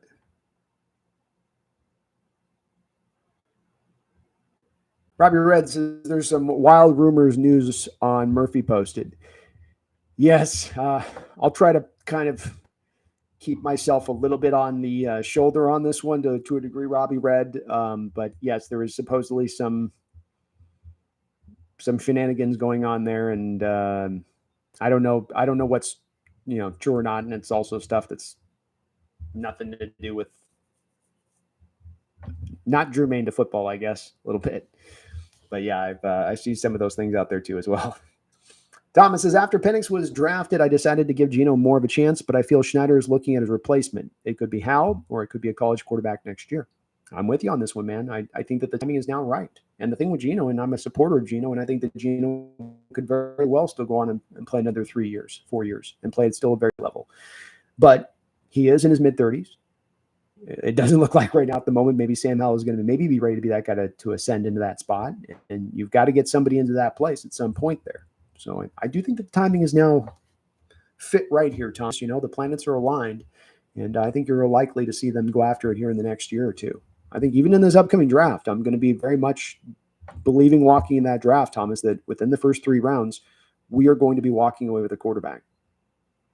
Long live the King. Thank you for the $5 donation. I appreciate the time. You could feel the energy of CenturyLink and the kingdom just watching it on TV. Those times are reloading. Indeed, there has been those moments in Lumen Field where in recent years, and even in me going into the state in recent years, where you felt like this is not as had it be as loud when I've walked in here before. Something is missing in here. And we've talked about it a lot on, is it the people, kind of got to the mountaintop, you got your championship, you went to back-to-back Super Bowls, and you kind of got fat and happy, and you're not as hungry as you were? Is it the fact that the crowd that used to go to those games, that used to be able to afford the tickets, have been priced out of it, and now it's, a little bit of the wine and cheese crowd in there that's, not going to get up on their, I'm not here to work, I'm here to watch the game. That could be a little bit of some of it too. I mean, another one with a King was that part that I do think, and I'm not the one who brought this up originally, someone in the chat did, but the part that's brought up as well of that you have a defense here, and when you hear the stadium at its loudest, when is it its loudest? When the defense is on the field, when the defense is trying to get a stop. And you have a defense that is bend but don't break and is constantly bleeding. And so you have these 15-play drives, these drives that have 4 individual third downs on them alone, and they just keep converting it. And every time the fans are getting loud on every third down, and they're screaming their lungs out, but they're like, it's not having an effect. You're not stopping them. We're not doing anything to affect the game. That's the whole reason that the fans would scream in the first place, is that they knew their screaming would have that effect down there on the field, and that they could actually sway some of the action, at least to some small part. So I do think that we may be coming back to that happening again, and mainly on the back of the fact you'll have a defense that's going to be good again. You're going to have a defense that's not going to be just bend but don't break. It's going to try to take it to offenses. It's going to be aggressive. It's going to make them feel like they're being inundated and under a siege. And within that, you're going to have maybe the fans reinvigorated in their excitement and understanding now why they should be loud on third down. Because there is a good chance now that if they can get that stop in this third down, they will get off the field. They're not just going to let them get down to the 45-yard line and then click it into place and like, okay, now we'll stop them. Now we'll bring out the whole playbook. So I love your optimism. Long live the King. Thank you again for that $5 donation. And I do think that the volume is going to return again here to that stadium. And once we can get the people back being excited about something, once the people can again feel that we're not in a stagnant position, that we're not stuck in place. Not bad, but just stuck in place. And I think that's going to start to open up now, man, in a major way. Thank you, brother. Swedish says, yo, ho, ho, ho, and a vanilla porter. What's going on, folks? Let's effing go. Let's go. Hand grenade, how was Deadpool and Wolverine, man? Isaac, what's up, 12s? What's up, Hawks Nest? I just attended my first training camp. That was freaking awesome. It was a great day out there, Isaac. I had a good time too, man. A lot of fun out there. A great vibe from the fans, the players, and a well put together production from the Seattle Seahawks standpoint as well. Thomas says, I don't know if I've been as excited for a season to start since the 2013 Super Bowl championship year. I will be admitted, I'm in the same place in that it's been a very long period of time since I've been this excited for where we're going. I've been excited for years and hopeful for years. And even in a lot of ways, and looking at it in retrospect, sort of talking myself into those years, that the teams being good enough to go out there and regain some of the majesty of what once was. But they never were. And there were those years you walked into feeling like this thing is stuck in place. As I said before, not bad, but just stuck, unable to progress anywhere forward. Hand grenade says it definitely lived up to the hype, being Wolverine and Deadpool. All right. I'll have to go check that out as soon as I get back. I want to go see that movie. We need more absolute cinema. Hand grenade. Mythic R, did you hear that Jordan Love is the highest paid quarterback in NFL history now? That quarterback salary cap needs to go into effect. I've been banging the table for it here already for months. And what we also have the Tua contract clicking today, $212 million for Tua Tagovailoa. $212 million. Like, I'm not paying Tua $212 million.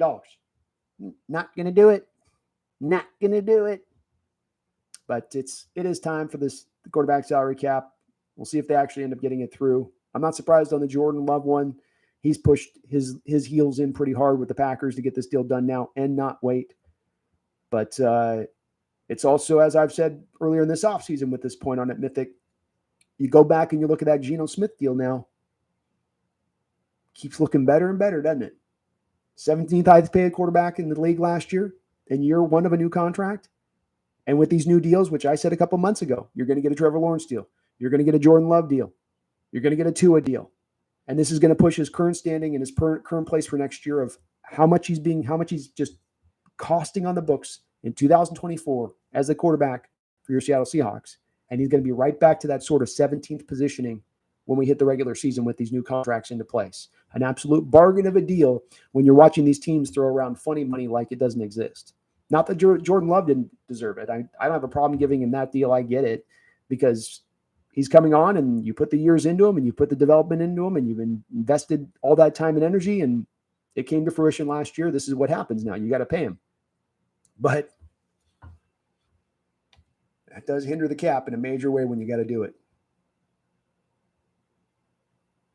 Swedish says Jerry Jones is going to have to sign the stadium over to Dak.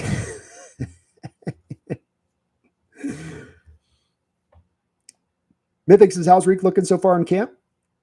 He looks a little thicker in the legs. I don't know if upper body looks thicker, but he did look a little bit more firmer and stronger there in the lower half. He was bouncing around, looking athletic as he does, looking fast as he does.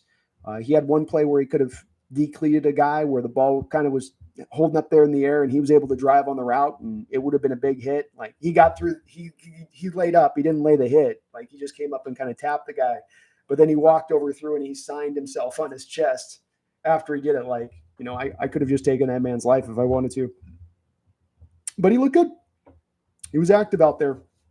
Can't see anything yet, Mythic, with the tackling because they're not in pads and they're not tackling.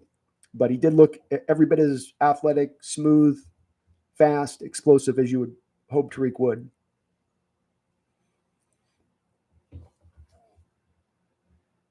Big Country says the quarterback market is dumb time for a separate cap. The quarterback market is dumb time for a separate cap. It's due. I think you meant due time for a second. I think it should go there. So one of those things I come back to where I go, I think the majority of fans could say that this is something that should be put into place. I think the owners would want to see it happen. The players by a vast majority would want to see this happen. So the only people in the world that doesn't want to see the quarterback salary cap is just the quarterbacks of the NFL. Doesn't seem like a big enough of a group of a contingent that would be able to hold this back in that way to prevent it from being implemented in. But it should be. I'm with you guys on it. I think it is high time that this is, and it's not. Should be happening. Little Dallas Cowboy, nice hotel, Brandon. Not withdrawing from ALC, so it's good to see walls that are actually red. Also, I'm going to Miami. Welcome to Miami. Hell yeah, Miami's an awesome city to go check out, man. You're going to have some fun. Thank you, man. Appreciate you, little Dallas Cowboy. Have fun out there in Miami.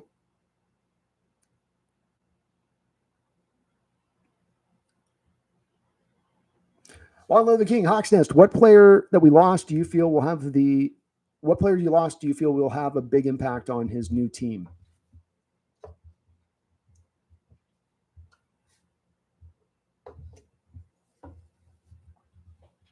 Good question.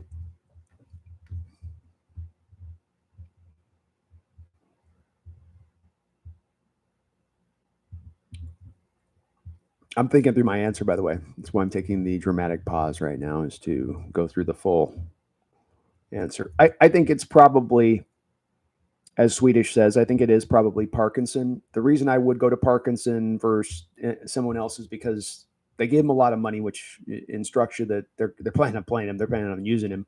I think that there was some injury at the end of last season with Higbee, and wonder with maybe him not being completely at 100% this year. Or that he's got to come back and rehab of that, and that maybe opens more of a door for him to have more reps in there as well.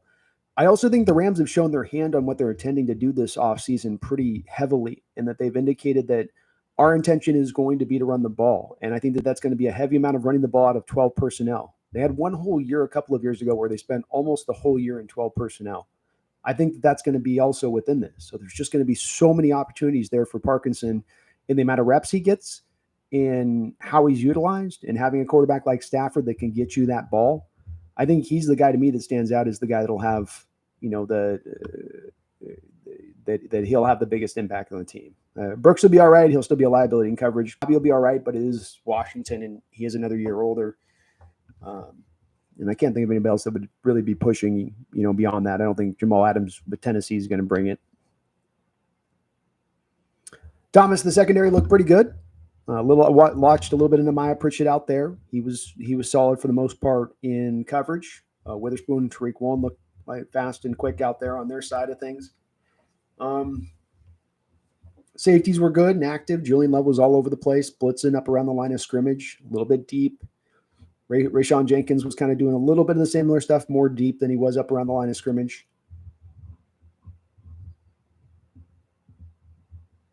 Didn't have a lot of guys that jumped out to me on the cornerback side of it necessarily, I can say on that. There wasn't like a lot of plays on balls or, guys would be in position, but not do a whole ton there. B-Wags was definitely somebody I was answered, but didn't quite get there.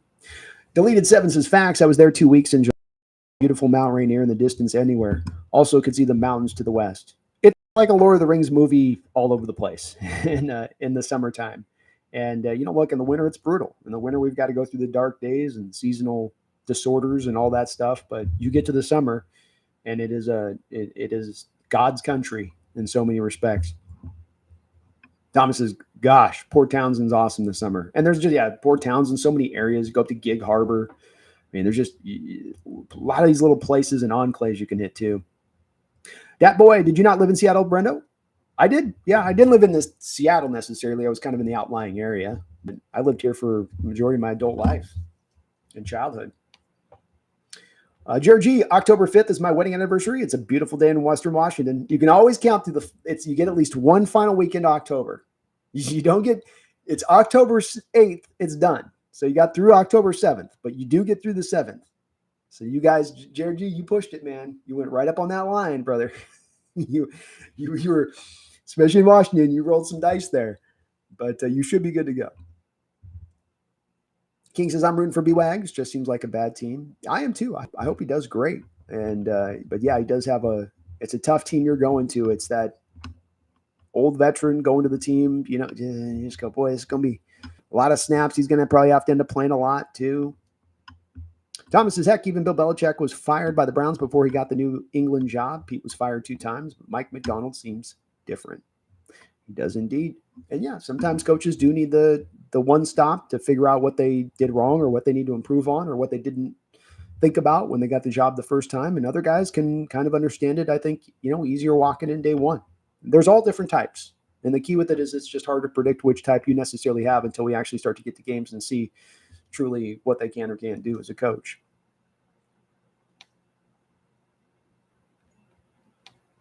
Thomas says, could be a bad team, but I think Wagner will have his usual 100 tackle season. Plus, DQ knows his weaknesses better than anyone. Agreed. Yeah, I think Dan's going to put him in a good position to succeed, to your point. And I do think that we know he's probably going to make it through the full season and probably another 100 tackle year, probably a couple sacks on top of it. Probably rated somewhere around like 70, 75 on the PFF, something like that overall. He'll be solid. Snail says, can we talk about how CFB 25 is getting a pass for being kind of bad, even if it was fun to replace O and UW with Boise and San Diego State in my new Pac-10? I don't know. Most of the people, myself included, Snail, I've really liked it. It's not reinvented the football simulation game, but it's smooth. It doesn't play like Madden to me. It's got a lot of detail to it. The dynasty mode's built in a nice way that they really care for it. They're not just trying to drive you to the mutt mode. So I've actually enjoyed it quite a bit. Chad says, enjoy the Emerald City, Brandon. Thank you, Chad. I am for sure, man. I'm having a great time. It's good to be home. Thomas, everyone has to remember Grubb, quarterback last year, was Penix. He was like Geno with a great arm, but isn't mobile like Murray, Mahomes, etc. And Penix took UW to the final game of the CFB. Yes. DQ was his DC. The head coach is DQ. So what? DQ. Oh, you're sorry, Thomas. You were responding to King. My bad. And yeah, part of what he does too with that lack of necessarily mobility you might have had with Penix was getting that ball out of his hand quick too to keep those pass rushers off him. Always angry there. We're going to rename the 12th man to the 13th because Mike's whole thing is playing as if 12 people are there. I know, exactly. I was like, I'm going to have to title one of my next videos is the Seahawks will literally have the 12th man on the field this year. It'd be a great title. Nobody better steal that out there. I hate to keep propping Geno, but hate the haters. Have you seen his body this season? He looks ripped, and he throws the sweetest balls of anybody in the league. He's clearly younger than his age. He's done it since he's taken the starting job, in my opinion, and how he's worked and how you feel his work ethic. He's done everything right. He's done everything right as a leader. He's not always been given the stage and the situation set up for to find success over this past couple of years with that scheme, with that defense, with some of their approach, with the offensive line. But he's gone out there and done his best within that, And so it is impressive to me. And it is the type of story that I think you're in the same place, Moto, that you feel odd that there's more people that are kind of on board with this story because this is the stuff that typically people would root for and hope that these kind of things could come out in football. A guy that's counted out, a guy that people are ready to throw in the trash, who they say, he is what he is. He can't do this. He can't do that. That guy goes and works his butt off for 10 years in the depths of the cellar, grinding on tape, grinding on his body, trying to get himself back to where once he gets that next opportunity, he will maximize it. And that's what I think he's done here and what he continues to do here. And he understands he's in his mid-30s and he understands he doesn't have forever to continue to play the sport, but he wants to still be great. You can see that drive within him. And it's just part of the reason with him that I'm so supportive of this guy is that I think that he does truly put in all that work. I think he's doing everything he can within his power. And now it's up to God now, so to speak, from there. And especially with him now finally a cast that has been wildly absent over these past 2 years, with the exception of the first 10 games when he first started out, which he was playing at an MVP level through those first 10 games before all of these other factors started to come really into play. The running game went to hell. The pass blocking went to crap. The offensive scheme went in the toilet. along with the defense unable to pretty much stop a wet paper towel. And Thomas, I don't think you hate Geno either on that. I know where you're coming from on the QB of the future thing. Swedish Shinobi says, I wonder how Tua got that large of a bag. Did he hawk Tua? Hey, 220 million. 220 million, you know? 220 million.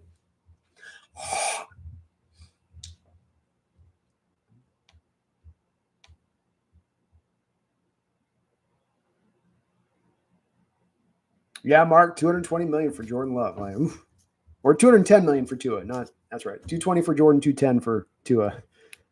It's crazy though. Tua's like 10 million less than Jordan Love. You talk about which one of those two quarterbacks I'd take over the other in every situation. Thomas, I'm surprised Tua got his bag. He gets hurt every time a 300-pound lineman falls on him. He gets hurt sometimes being thrown to the ground, smacks the back of his head off the turf.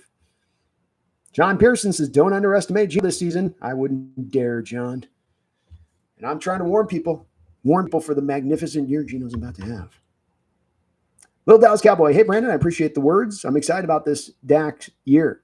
Can you do wine and cheese, Benedict Cumberbatch arguing with Wolverine, Australian Hugh Jackman over who has the best season to cut Dak? If I had those in my bag, I would do it. But I don't have Benedict or Wolverine Hugh Jackman in my bag on that, unfortunately. If I did, I'd be totally down. Hugh, what do you want? Just give it to me. Hugh, I don't want cheese. You give me the cheese. I don't have to care. I can't do Jackman. Thomas says Purdy's going to get paid. Now the Niners will get a taste of what Russ did to the Seahawks. I can't. It's affecting them now. That's the fun part about this, Thomas, is we don't have to wait a year. You don't have to wait a year for that show to come out. It's on right now. How? Well, you look at Deebo Samuel, there, and Trent Williams holding out. It's affecting them today in the here and now. And them to the point of them having to actually move Brandon Ayuk in a trade or do something else to make this happen. So we'll see how it plays out with that. But one thing's for sure, with Jordan Love getting 220 and Tua getting 210, the price is only going to go up above that then next year for Brock Purdy, another year out. And that does mean $55 million per year for Brock Purdy. 4-year, $55 million deal, which would still only put that at 220. So that's still not enough. So we're going to be 4-year, $57.5 million. Put him up around like 230 million in total. Try to little Dallas Cowboy. I'll try to work on my Benedict Cumberbatch and Hugh Jackman. Hugh's tough though, because he's not a lot of people can do a Wolverine.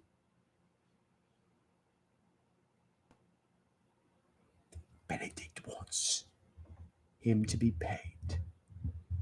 You will pay him now. Tom says Geno, 4,300 yards, 30 touchdowns, 11 interceptions. I take that year. You got to love it. 4,159, 32 and 11. I think that's accurate.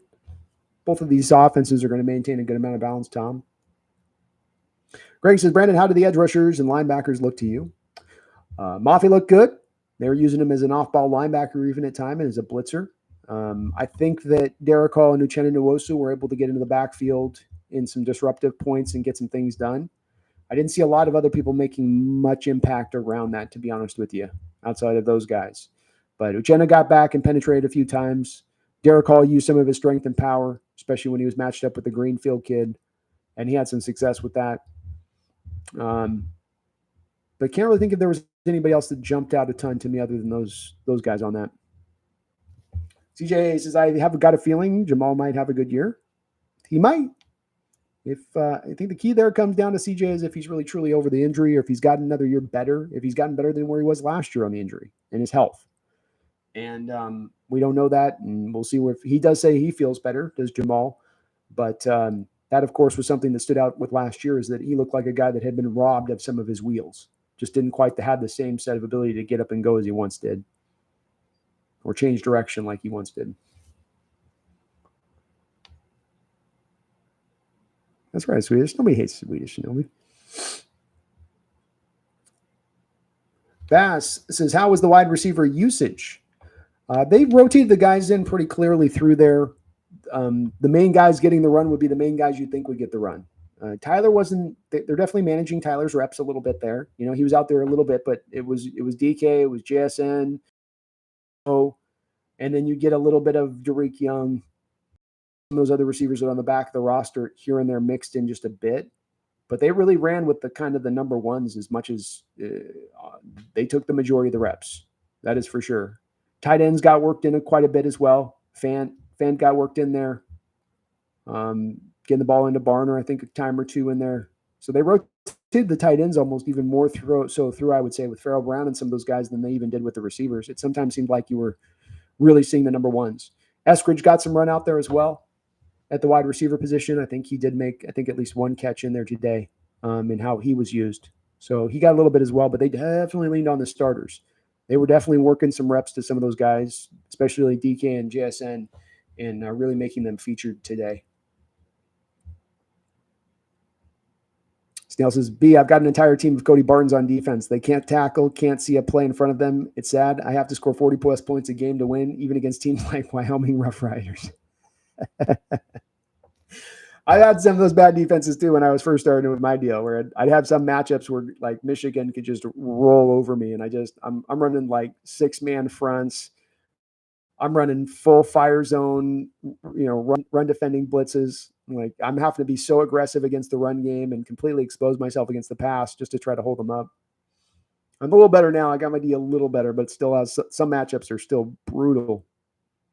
Steph says a little off topic, but who do you think is this year's CJ Stroud and Bryce Young? Personally, I think Drake made good, and I think Daniels and Williams busts. I'm a big Drake guy, Steph. I had Caleb Williams, Drake May as the 1-2.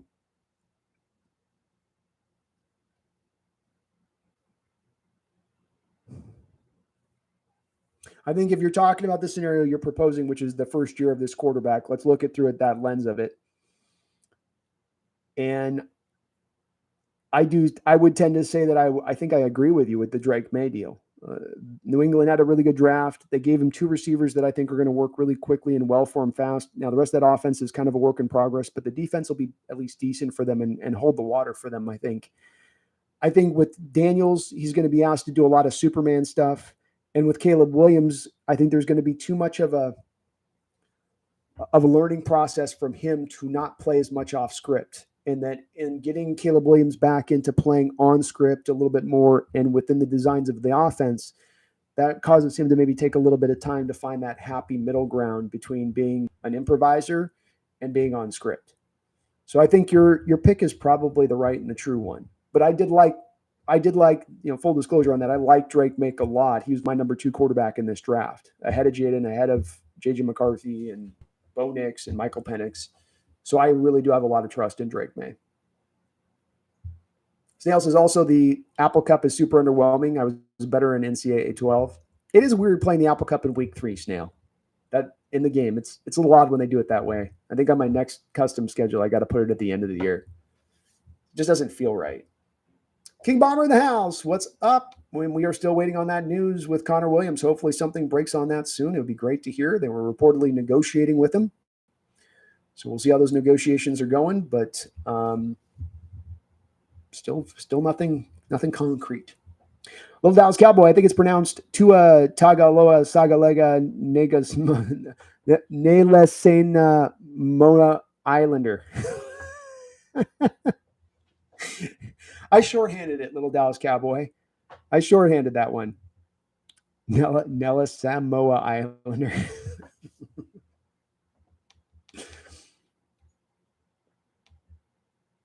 Being more Seahawks, how is being back in Seattle be? He feels great. By all accounts on this, I will probably eventually at some point in the long-term future end out back in Seattle as the sort of final resting spot on my great American tour. I haven't gotten there yet. Currently in San Diego on it, but I might eventually. I very well could eventually be back here, and I love Seattle. I really do. I oftentimes miss it. I love the people here. I'm being around the Seattleites here, and everyone was nice, and not just the people that recognize me from the channel, but just people you interact with. Everyone's in a really good mood and cool people, and that's a vibe you get here in the Pacific Northwest that is not everywhere all across the country. That is not fostered in the environments in certain spots in this country, and it absolutely stands out about this place. And something I always love about home is that we have that kind of almost universalism mentality here, and being nice, being kind, being cool, and just the place is it's a beautiful place too. It always tugs at the heartstrings from that side of it as well.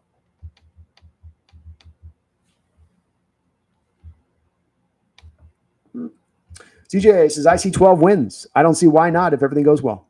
If everything goes well, if you can get these schemes implemented on both sides of the ball, if you can go from the simplified to the complicated and you can turn on this fast, 12 wins is certainly within reach. If you look at the schedule's set up in a way where there's no gauntlet of teams that you have to face like we did last year. 7 teams, and it was Ravens and Niners twice and Eagles and Cowboys. You go, boy, this is just every week it's this way. There's not that way this year. So there's a lot of factors here that are going to determine this, but you have a young team that is very talented and very capable. It's all about the timing of that talent coming together with the new coaching. And it's the hard part to predict, but 12 wins is in this team as far as a possibility goes. It just takes those things going right. It takes those things all coming together.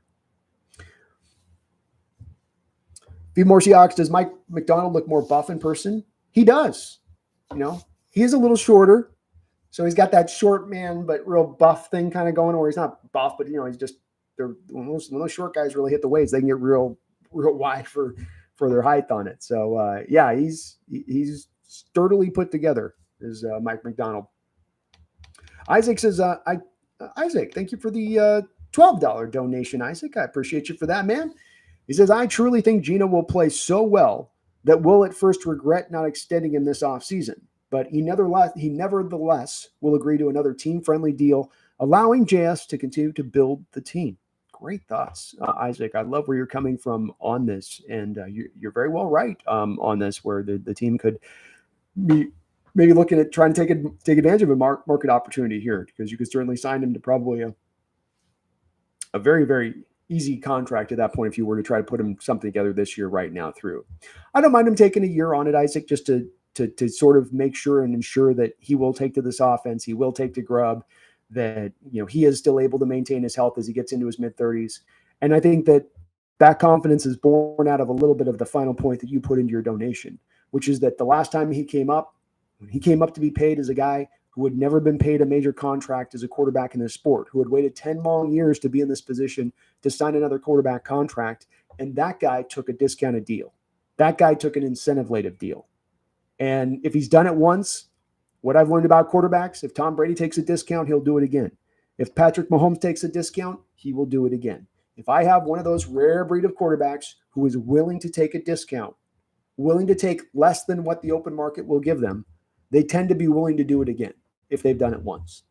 And so we will probably, you're right, maybe have a little bit of regret there if he goes out and puts a 4,600-yard season up and 35, 36 touchdowns, and we go, man, we could have had him at da-da-da-da. But he's also not going to ask for $200 million. He's also not going to ask for $55 million per year. And just another reason that I'm very supportive with Geno on just, he does all these things. He works so hard. He's extended out and gone beyond anybody's expectation of what he was going to be able to be capable of doing with this job once he took it on. He's a great team leader. And then when he comes up to be paid for a contract, he's not trying to squeeze the team for every last cent that he could get out of it. He's not looking to just bail out of the team if he's not getting every last cent that he had wanted. So great points up from you, Isaac, all the way around on that. And it's a good problem to have if Geno goes out and has that kind of year where you're living in that portion of regret, where he's gone out and had his best season as your starting quarterback here in his third year, and everything's coming together. The offensive scheme fits with the young talent ending, and he's got the support to be able to go out there and kind of light the world on fire. Play like that player he was in those first 10 games when he assumed the starting role, where he was playing like an MVP. He would have been in top 3 in MVP voting after 10 weeks of his first year there starting here back in 2022. It fell off. It fell off for a reason, though. That had not necessarily anything to do with Geno. But he was at that level through 10 games, through a significant portion of the schedule. Thank you, though. Appreciate you for the $12 donation there, Isaac. Always kind of, I know you're always a big supporter of the channel along with being a member as well. Little Dallas Cowboy. Would The Rock actually lose Jason Statham? I'm 5'10", hopefully. I don't think Jason Statham's even 5'10", to be honest with you. He's probably like 5'8.5" or something. I mean, if football players lie about their height, actors really lie about their height. really, really lie about their height. And I think Rock could probably toss Jason Statham if he wanted to. Just size matters, and you're giving up that much weight and that much size. You better be very skilled as a fighter. Doesn't mean you can't take him out. Just means you got to be very exact, and you better not let them get their hands on you. ZJ really wanted DK to become the top 3 receiver in the league. We know he can be since he's got drafted. I feel like they failed at elevating him, in my opinion. I think it's good thoughts on your part, CJ. I think that there is much more potential there in DK. I would echo your feeling on that he is not a finished product, and that there's nothing else there to capture in him. That I think that the team, the same things that can kind of affect a little bit of Geno Smith and the lack of supporting parts, a defense that's living on the football field, a lack of really good guidance on the offense and its purposeful approach to get the most out of those players. That stuff affects DK too. And not utilizing him to the utmost, not making him a centerpiece of the offense, not finding a way to make sure every single game you get those 10 targets to him, come hell or high water, that you find a way to put that at the forefront to make sure you're maximizing him as a player and that you're not forgetting you got him, which is sometimes how it felt with DK, like you had forgotten that you had him, or that he was just out there to be a double team decoy to free everybody else up. And he's much more capable than being a decoy that gets 1,000 yards a season. There's a lot more there in DK's abilities than that. And it sounds like the new coaching staff is going to make this a big point of emphasis, CJ, and maybe he can get and ascend to that spot. I am saying that I think DK this year is going to be between 1,400 and 1,500 yards this year receiving, minimum. But is there even potential you can get behind that? Maybe. Maybe so. Stuart S., I'm all in. I think the Hawks are going to challenge for a playoff run. It all comes together this year. Certainly to the surprise of the league. And Geno is for real. Let's go. Let's go. I love it, man. Let's go, Stuart. I love this optimism. Optimism is always welcome here. And that potential is here on this team. I ain't blowing smoke. I ain't gassing you guys up. I do believe that potential absolutely exists on this football team. Chad says, hey, just want to say that the M's are beating the White Sox 10-0 in the 6th and had 8 runs in the first. Made some serious moves today. Don't count them out just yet. No, they made some good moves today. They did. And it's good to see them reinforce the ranks. And maybe a little bit of those moves was a little bit of a breath of fresh air for that clubhouse and shot a little bit of maybe some electricity through that clubhouse of positivity, which was in dire need at this point. So it's a good year they're jumping on the Sox and taking care of business against a bad team, and hopefully they can start to get to rolling because they're certainly in the thick of it, Chad. It's not like they're sitting in last place now. It's not like they've fallen off the face of the earth. It's felt like that sometimes, but it's not actually how it's been.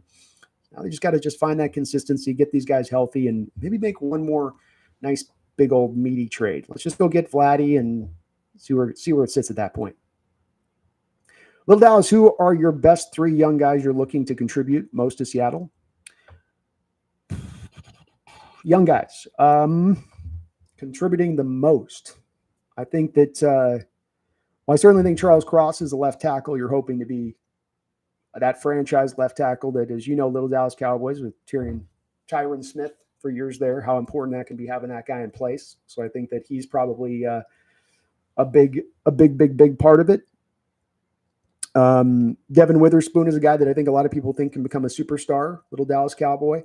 And so I think that he'd be the next guy. And I'd probably go to Tariq Woolen as the other guy, a guy that looked like a guy who could be at least had superstar potential as a cover band and a guy that could take away the ball from the position in a unique way his rookie year. And he didn't have a huge step back last year, but he seems to be hindered by his ability to tackle a little bit right now. And it wasn't necessarily a big step forward year from him from what he'd done from the first season. So he is a guy that does remain very mightily talented, Little Dallas Cowboy. And a guy that I think that if you have both Witherspoon and him able to lock things down out there and lock things down as man press cover corners, I think that that's going to free Mike McDonald to be able to do up so many other creative things with his stack boxes and the blitzes and running games up front against offensive linemen because he can just trust his guys out on islands to hold up. Steph, I've been watching more tape on McDonald, and I love how he will have defensive linemen engage with the offensive line, then drop into a passing lane to muddy up reads. This defense is going to wreak havoc. Sorry, let me read it right. That's exactly what he does, Steph.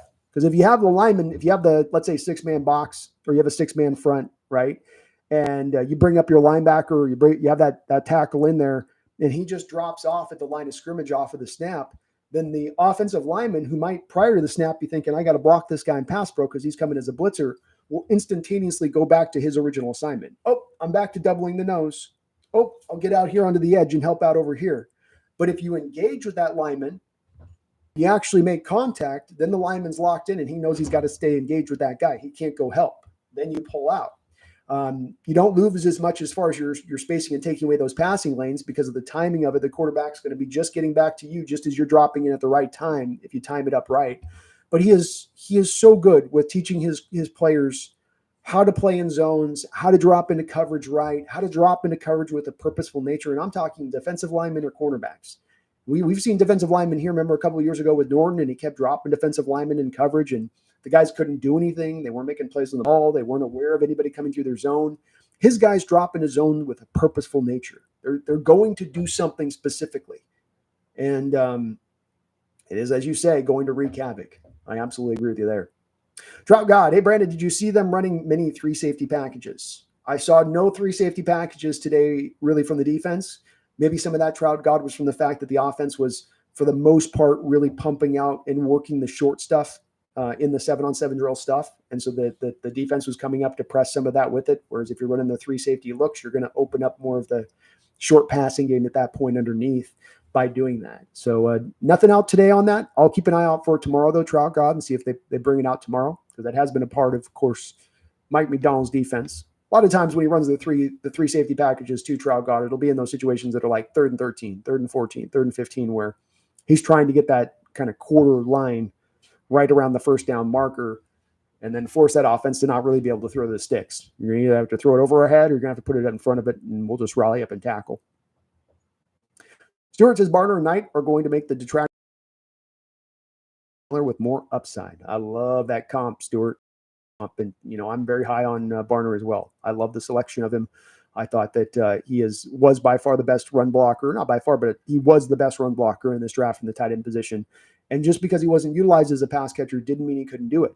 And there have been plenty of tight ends that have come through college that weren't high-volume pass catchers who've come to the NFL and turned into, if not high-volume pass catchers for the position, really good for the position. You want to look at a guy like George Kittle out at Iowa. George Kittle wasn't catching many passes out there. Why? Because Iowa runs the ball. They produce tight ends. They produce a ton of tight ends, but they don't work high volume to their tight ends in the passing game, and so the stats aren't there to necessarily lean on with those guys. But just because you're not utilizing that way doesn't mean you don't have it in you. You might not have it in you, but it's not, one doesn't mean the other necessarily. So I love your outlook on Barner. I feel the same way. Tyrese Knight was very impressive to watch today in person. Stewart asks how he moves, how he's built. A guy that definitely maybe could surprise a lot. And he was a really guy that was hard for me in the evaluations, of course, with Tyrese Knight too, Stewart, because I didn't have his access to as much of the tape with UTEP as you would with other players that might be out at Michigan or out at Washington. So you're really having to kind of go off of a bit of a sample size in your evaluation of him a little bit, or at least I was. Steph says, Geno isn't greedy like the other guys who just want more than the last guy got. Yeah. And then they play totally tone deaf when it comes to like why they can't build a roster out and give them a better supporting cast. Dak will come out and say, give me $60 million. And it'll be like, man, I could use some more playmakers. Go Dak. You're taking $60 million. Don't you think that's maybe removing some of the playmakers we can bring to the table here for you? No, go get the playmakers too. I don't care. Steph says each time a quarterback gets signed, it's the largest contract in NFL history. It's becoming too much. I could retire on $1 million and be comfortable. It's we talked about it a few weeks ago on this show here, and I still am a big believer in and going to remain a big believer in it, Steph. I think that we've kind of crossed our Rubicon here, where it's gotten to be overload. And have quarterbacks always been making more than other quarterbacks or other players on the team for a large part of NFL history? Yes. But have this many quarterbacks been paid at this high a mark versus other players on the team? If I went into the 1990s, am I looking at 20 guys across the sport at the quarterback position that are absolutely blowing the rest of their roster out of the water as far as what they're being paid on a yearly basis? I don't think so. I think that the really, truly great guys of the 80s and 90s were, there wasn't a ton of them, and they were well paid, but it wasn't that every guy that who was due to be up was going to be paid at that mark. So I agree with you. I think it's gotten to that point. This is why we know that the owners are already in the talks of trying to figure out how to implement this, because they see it for the problem that it is. It's not good for the sport. And nobody wants it. Nobody wants it but the quarterbacks. That's the only people on this that would really sign off for this. Maybe a select few amount of fans too. CJ says, how is Kobe Bryant looking? I feel like he is forgotten and there's so much potential there with him. I didn't see him on the field a whole lot. It could have been because they were running with the ones so much today, and it was more about Rayshon Jenkins and Julian Love. But I did not see much of Kobe Bryant out on the field that stood out to me today. King says, glad the 3 safety crap is gone. Yeah, no 3 safety today. Innate Shoots says, you're going to see 3 safety stuff. You'll see it here and there, yeah. It's really on when I saw it from Baltimore last year, it was when they got the teams really behind the sticks, and it was tending to be on like a 3rd down, where you kind of that line of quarters coverage right there at that stick spot. My volume's breaking up. I'm on analysis at Arturo. I'm on hotel Wi-Fi today, so there's a chance that stuff could kind of be in and out here. We're going to probably wrap up here pretty soon. I wanted to just kind of do a short stream because I got to get back tomorrow and back to practice tomorrow morning, and then we've got the meet and greet tomorrow. So we'll probably be putting kind of a little bit of a button on this. King Bomber, I don't consider Love and Jenkins with a sub for Wallace in the slot as a 3 safety set. No, I wouldn't either. I consider 3 safety of 3 safeties actually over the top. You're putting the guy in the slot. He's just playing it like a slot corner then basically. A little bit of Byron Murphy. He was mainly on the kind of the far side of the field today, King Bomber, but he had a few points of penetration, didn't get any kind of sack. There was one point where Geno was flushed out of the pocket and Murphy came up. It would have been kind of a coverage sack, and he probably would have tackled him right around the line of scrimmage if he did tackle him there. But he was there to kind of get his hands on Geno as he came up through the pocket, but not a pure sack necessarily. Some penetrating moments against the run today. He looked good as far as the leverage and being quick off the snap. Active hands, those things that we saw from him on tape, that was out there today a little bit as well. I'll try to lock in a little bit more on him tomorrow for sure. Give a little bit more of a report on that then. Innate Shoots, if you have 3 safeties on the field, that'd be a 3 safety look. It all depends on matchups, especially with Love being so flexible. I expect to see dime against 12 and 13 personnel. Yeah, I mean, it's 3 safety personnel you're bringing on. It's the way people typically think of the 3 safety look, where there's been a lot of thought processes innate of over the last few years if there'll be the transition within the NFL to now, the ones used to be an off-ball linebacker on the line of scrimmage becomes now that 3rd safety back, split safeties, and then you have your guy right in the middle of the field essentially. So I think it's the way people will tend to think about that. If you say 3 safeties, they think about it in that way. But you're right. You're going to have 3 safeties on the field, here and there at times, but one of the guys then does play kind of the slot. And in a guy like Julian Love, that's part of the reason he signed that contract extension, is that's his skill set. He can be a slot, he can be a corner, he can run in man coverage. You can trust him in that kind of role, and he'll hold up. Vimy says, did you see more of throwing over the middle by the offense? There was a little bit of an uptake in that. Yes. Yeah, absolutely. A lot more purposeful attack in the middle of the field than I've seen in football games from us. That's for sure. It wouldn't be something I'd say is a high volume amount of usage in the middle, but it was definitely more balanced between what you're trying to target in the middle versus the outside. My volume's good now? Okay, good. Cool. I'm using the backup mic, and it's hotel Wi-Fi, Arturo. So it's always can be a little hit or miss with that. Drought God, sure seems like they want to run a decent amount of 3 safety with the number of safeties versus viable linebackers. I think they want one that can basically play like a linebacker. Agreed. Yeah. And it's essentially that transition we think the game's going to, where you start to have that the one less linebacker on the field in favor of the one extra safety, so that you're a little bit better in coverage because the game's gone to more of a passing attack. It's less about the run.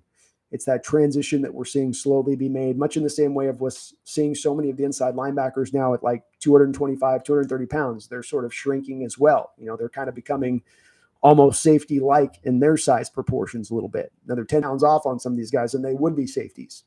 I mean, we had I think we had the one kid out of Florida State this year who was drafted or an undrafted free agent who was 210 pounds as an inside linebacker.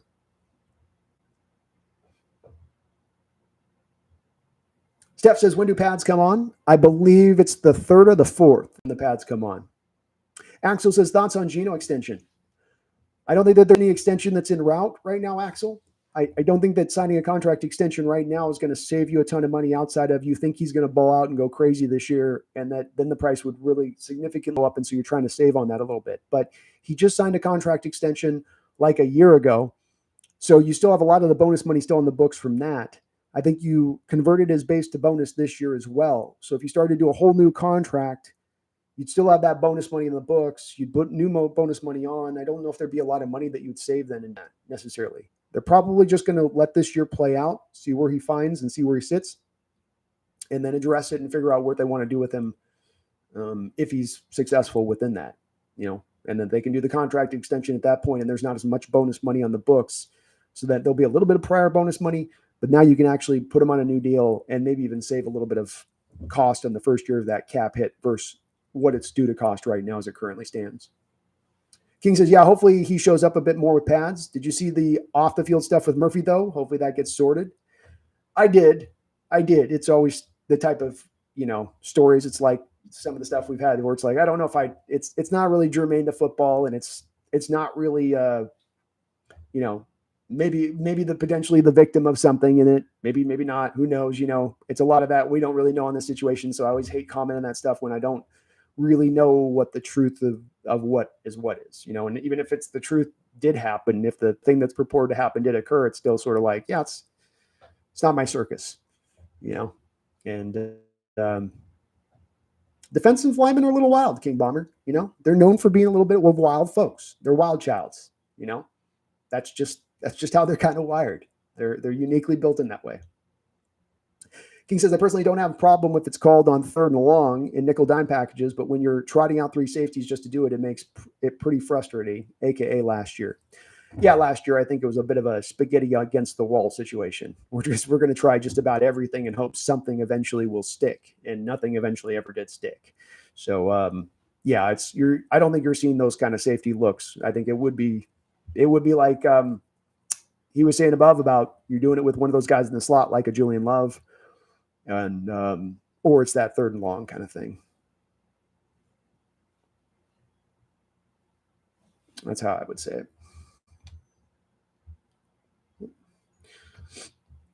All right, well, we'll get the last couple questions on in here. I want to thank the sponsor of this show today, which will be Underdog Fantasy. You can use my code today, NEST.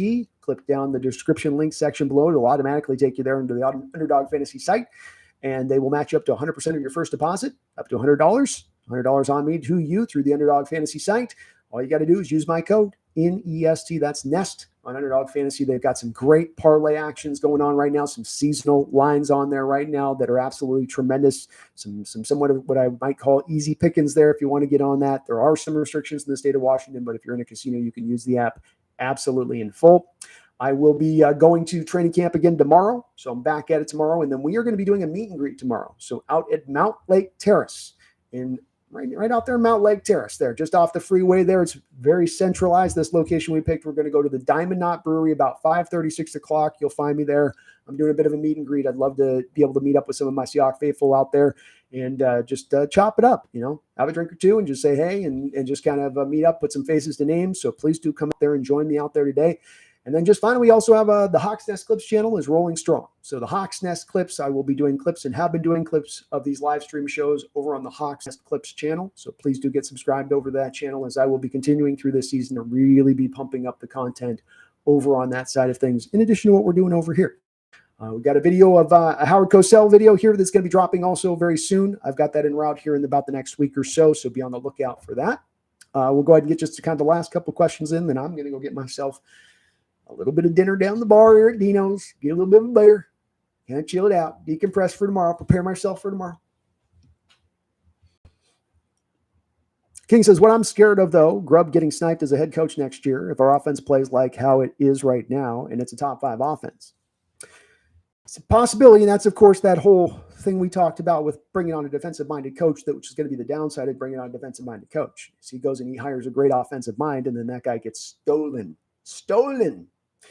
And, we might see a little bit of the reverse this year on some other sides of this King Bomber, where San Francisco has again had their defensive coordinator fired this year, so they're moving off of him, and they're going to try to kind of go a little bit almost of an in-house situation here a little bit in their standing of things. And they're going with Staley a little bit, and Staley doesn't really run the old defense that they run. And then you look at McVay, and McVay lost another defensive coordinator this year, like he had once lost with Staley. Is he able to replace that? What I'm trying to say is we often think like the offensive guys don't have to deal with this in the same way that the defensive guys do, King Bomber. But I would offer that they probably will. That both of those teams may find their defenses struggling a little bit from where they prior been, and namely for the fact that they weren't able to re-enlist a coach that was at the same level of those prior coaches. So I think it does kind of swing both ways, even though it's more widely spoken about being a defensive head coach problem. And it is an issue. It's going to be hard for him to fill it in. I think the good part of this is, King Bomber, though, is that, number one, you have a stacked team. If Grubb leaves next year, you have an offensive line that's been in full development for the last 3 years, really coming to its full strength. You've got great skill position players on the outside. You have 2 prime running backs and maybe a third and a fourth that are good. Your tight ends are strong. So it's going to be a very attractive destination if you happen to have a legitimate offensive coordinator that's out there on the open market looking for a job. Maybe it's a recent head coach that's just been fired who's now got to go back and be an OC. Now, this is going to look like a really good job for one of those guys, wouldn't it? On top of, if Grubb does get sniped, then that does mean that Mike McDonald hired a great hire that was so good that from a year from then, that great hire he hired became a head coach. So that then has me having a lot of confidence in Mike McDonald to make great hires going forward. And I think that Mike McDonald's already showed you that he's able to put together a pretty strong staff as it stands right now. And I'd feel good about that if that actually happened. I wouldn't be as necessarily down on it. I don't want to see it. I'd like to see Grubb here for the next few years, and continuity and chemistry and all that. It's best if you can have an OC here multiple years over. But if he leaves, it's not going to be empty.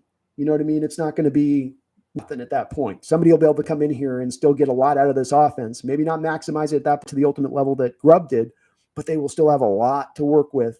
And it would be hard to see anybody coming in at that point and necessarily failing with this offensive strength that you have in place.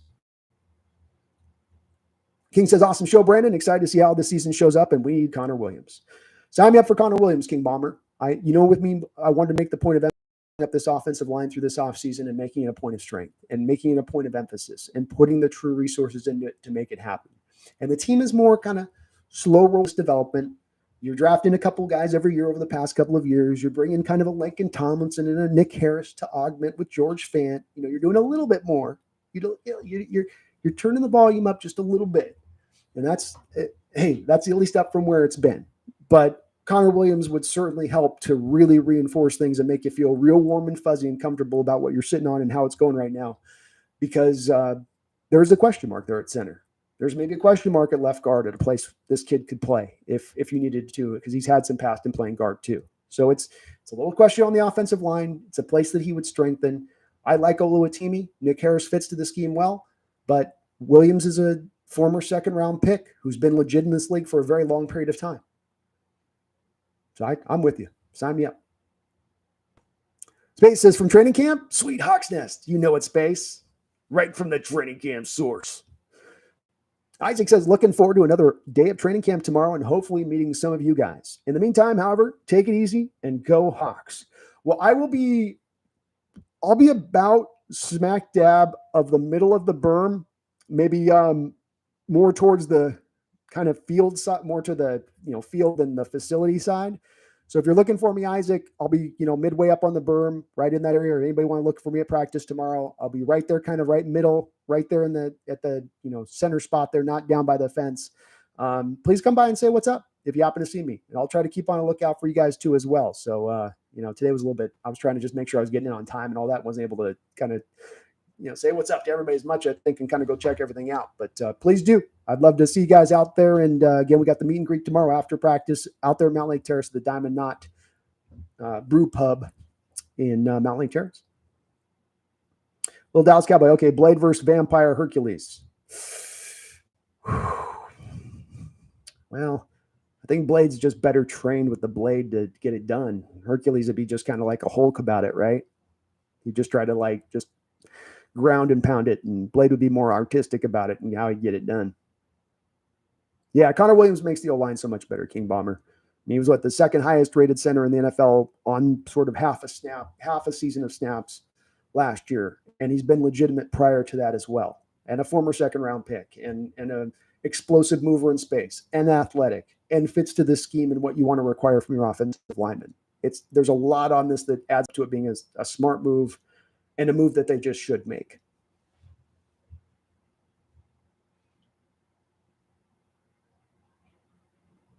Have you seen this man? I haven't seen Deadpool yet. I'm going to see that this week when I get back in. It's good to hear that it's awesome, though, Hand Grenade. That makes me feel good that it's living up to the hype. Is this the center you're talking about? Yeah, it's a free agent center. We're having in-house right now space. He had a torn ACL halfway into the year last year. That's why he didn't sign in free agency, despite being a really rated player. He's supposedly about to 100% now. They liked what they saw with him and having a meeting with him. There's some negotiations going on, but we don't have anything necessarily 100% imminent on that side of it. Just a guy that would look to be he would be an upgrade over what you have in Oluwatimi and Nick Harris. He just would. All right. Well, we're going to wrap this up here. I am going to be back tomorrow at training camp. You see me there. I'll be about right in the middle of the berm / maybe a little over to kind of the field side versus the facility side. If you're looking at one end or the other to find me on, please come and see me out there tomorrow. I'd love to meet and greet with you guys. We're going to be out in Mount Lake Terrace, 5:30 to 6. We're going to be doing the Mount Lake Terrace Diamond Knot Brew Pub. So please do join me out there if you miss me out at training camp or catch me at Bolt. Let's go both sides. But looking forward to a great day tomorrow. Hopefully back again. I don't know if we'll be streaming on Sunday or not because I may be getting back in on an early flight and I might be just completely dead dog tired. But if not, maybe Monday. So we'll just have to play it on here on the other side of it. If you guys could do me this favor, please do hit that like button on the way out the door. Maybe get subbed up if you're not as well. We're trying to get to 20,000 subs this year. And if you sub up, you're helping us get closer to that mark. And I'd love to hit that nice round 20 number before the end of the year if it's possible. I thank you guys for watching. I really do.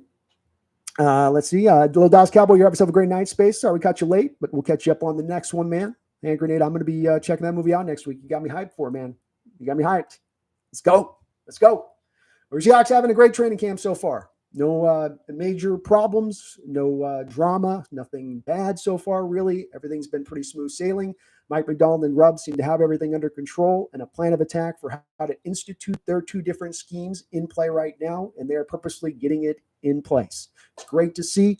You've got a business-like atmosphere there at the VMAC here now. You got everybody just getting it taken care of, putting that hard work in, and it was great to see out there today. I'm looking forward to again coming back tomorrow and hopefully seeing more of the same. We'll be back again here soon, if not on Sunday, probably Monday, where I'll give you kind of just a full recap of what I did see here from training camp. Maybe I'll get another little quick short video out to you guys tomorrow once camp does wrap up. I do thank you guys for watching today. Appreciate you so very much. Season is almost here. We are inside of 14 days or so here until we're going to get our first preseason game. I think we're about 5-6 weeks away here from our first game of the season. So football is here. It's here soon.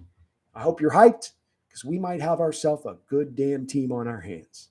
You don't know what they're going to be on both sides of the scale, but it might be a great thing on the plus side. We just got to watch it all play out. Part of the excitement of this upcoming year. I appreciate you guys. I love you guys. I thank you guys for watching the channel and for all of your guys' support and donations on the channel. In addition to that, you guys are what helps make this channel go. With those donations and the support allows me to do what I do and allows me to take trips like this to come and see the team and check it out and really get into the depths of it. So thank you so very much for that. I will be back soon. But until that time, please don't you ever forget. Don't you ever forget. Go Hawks.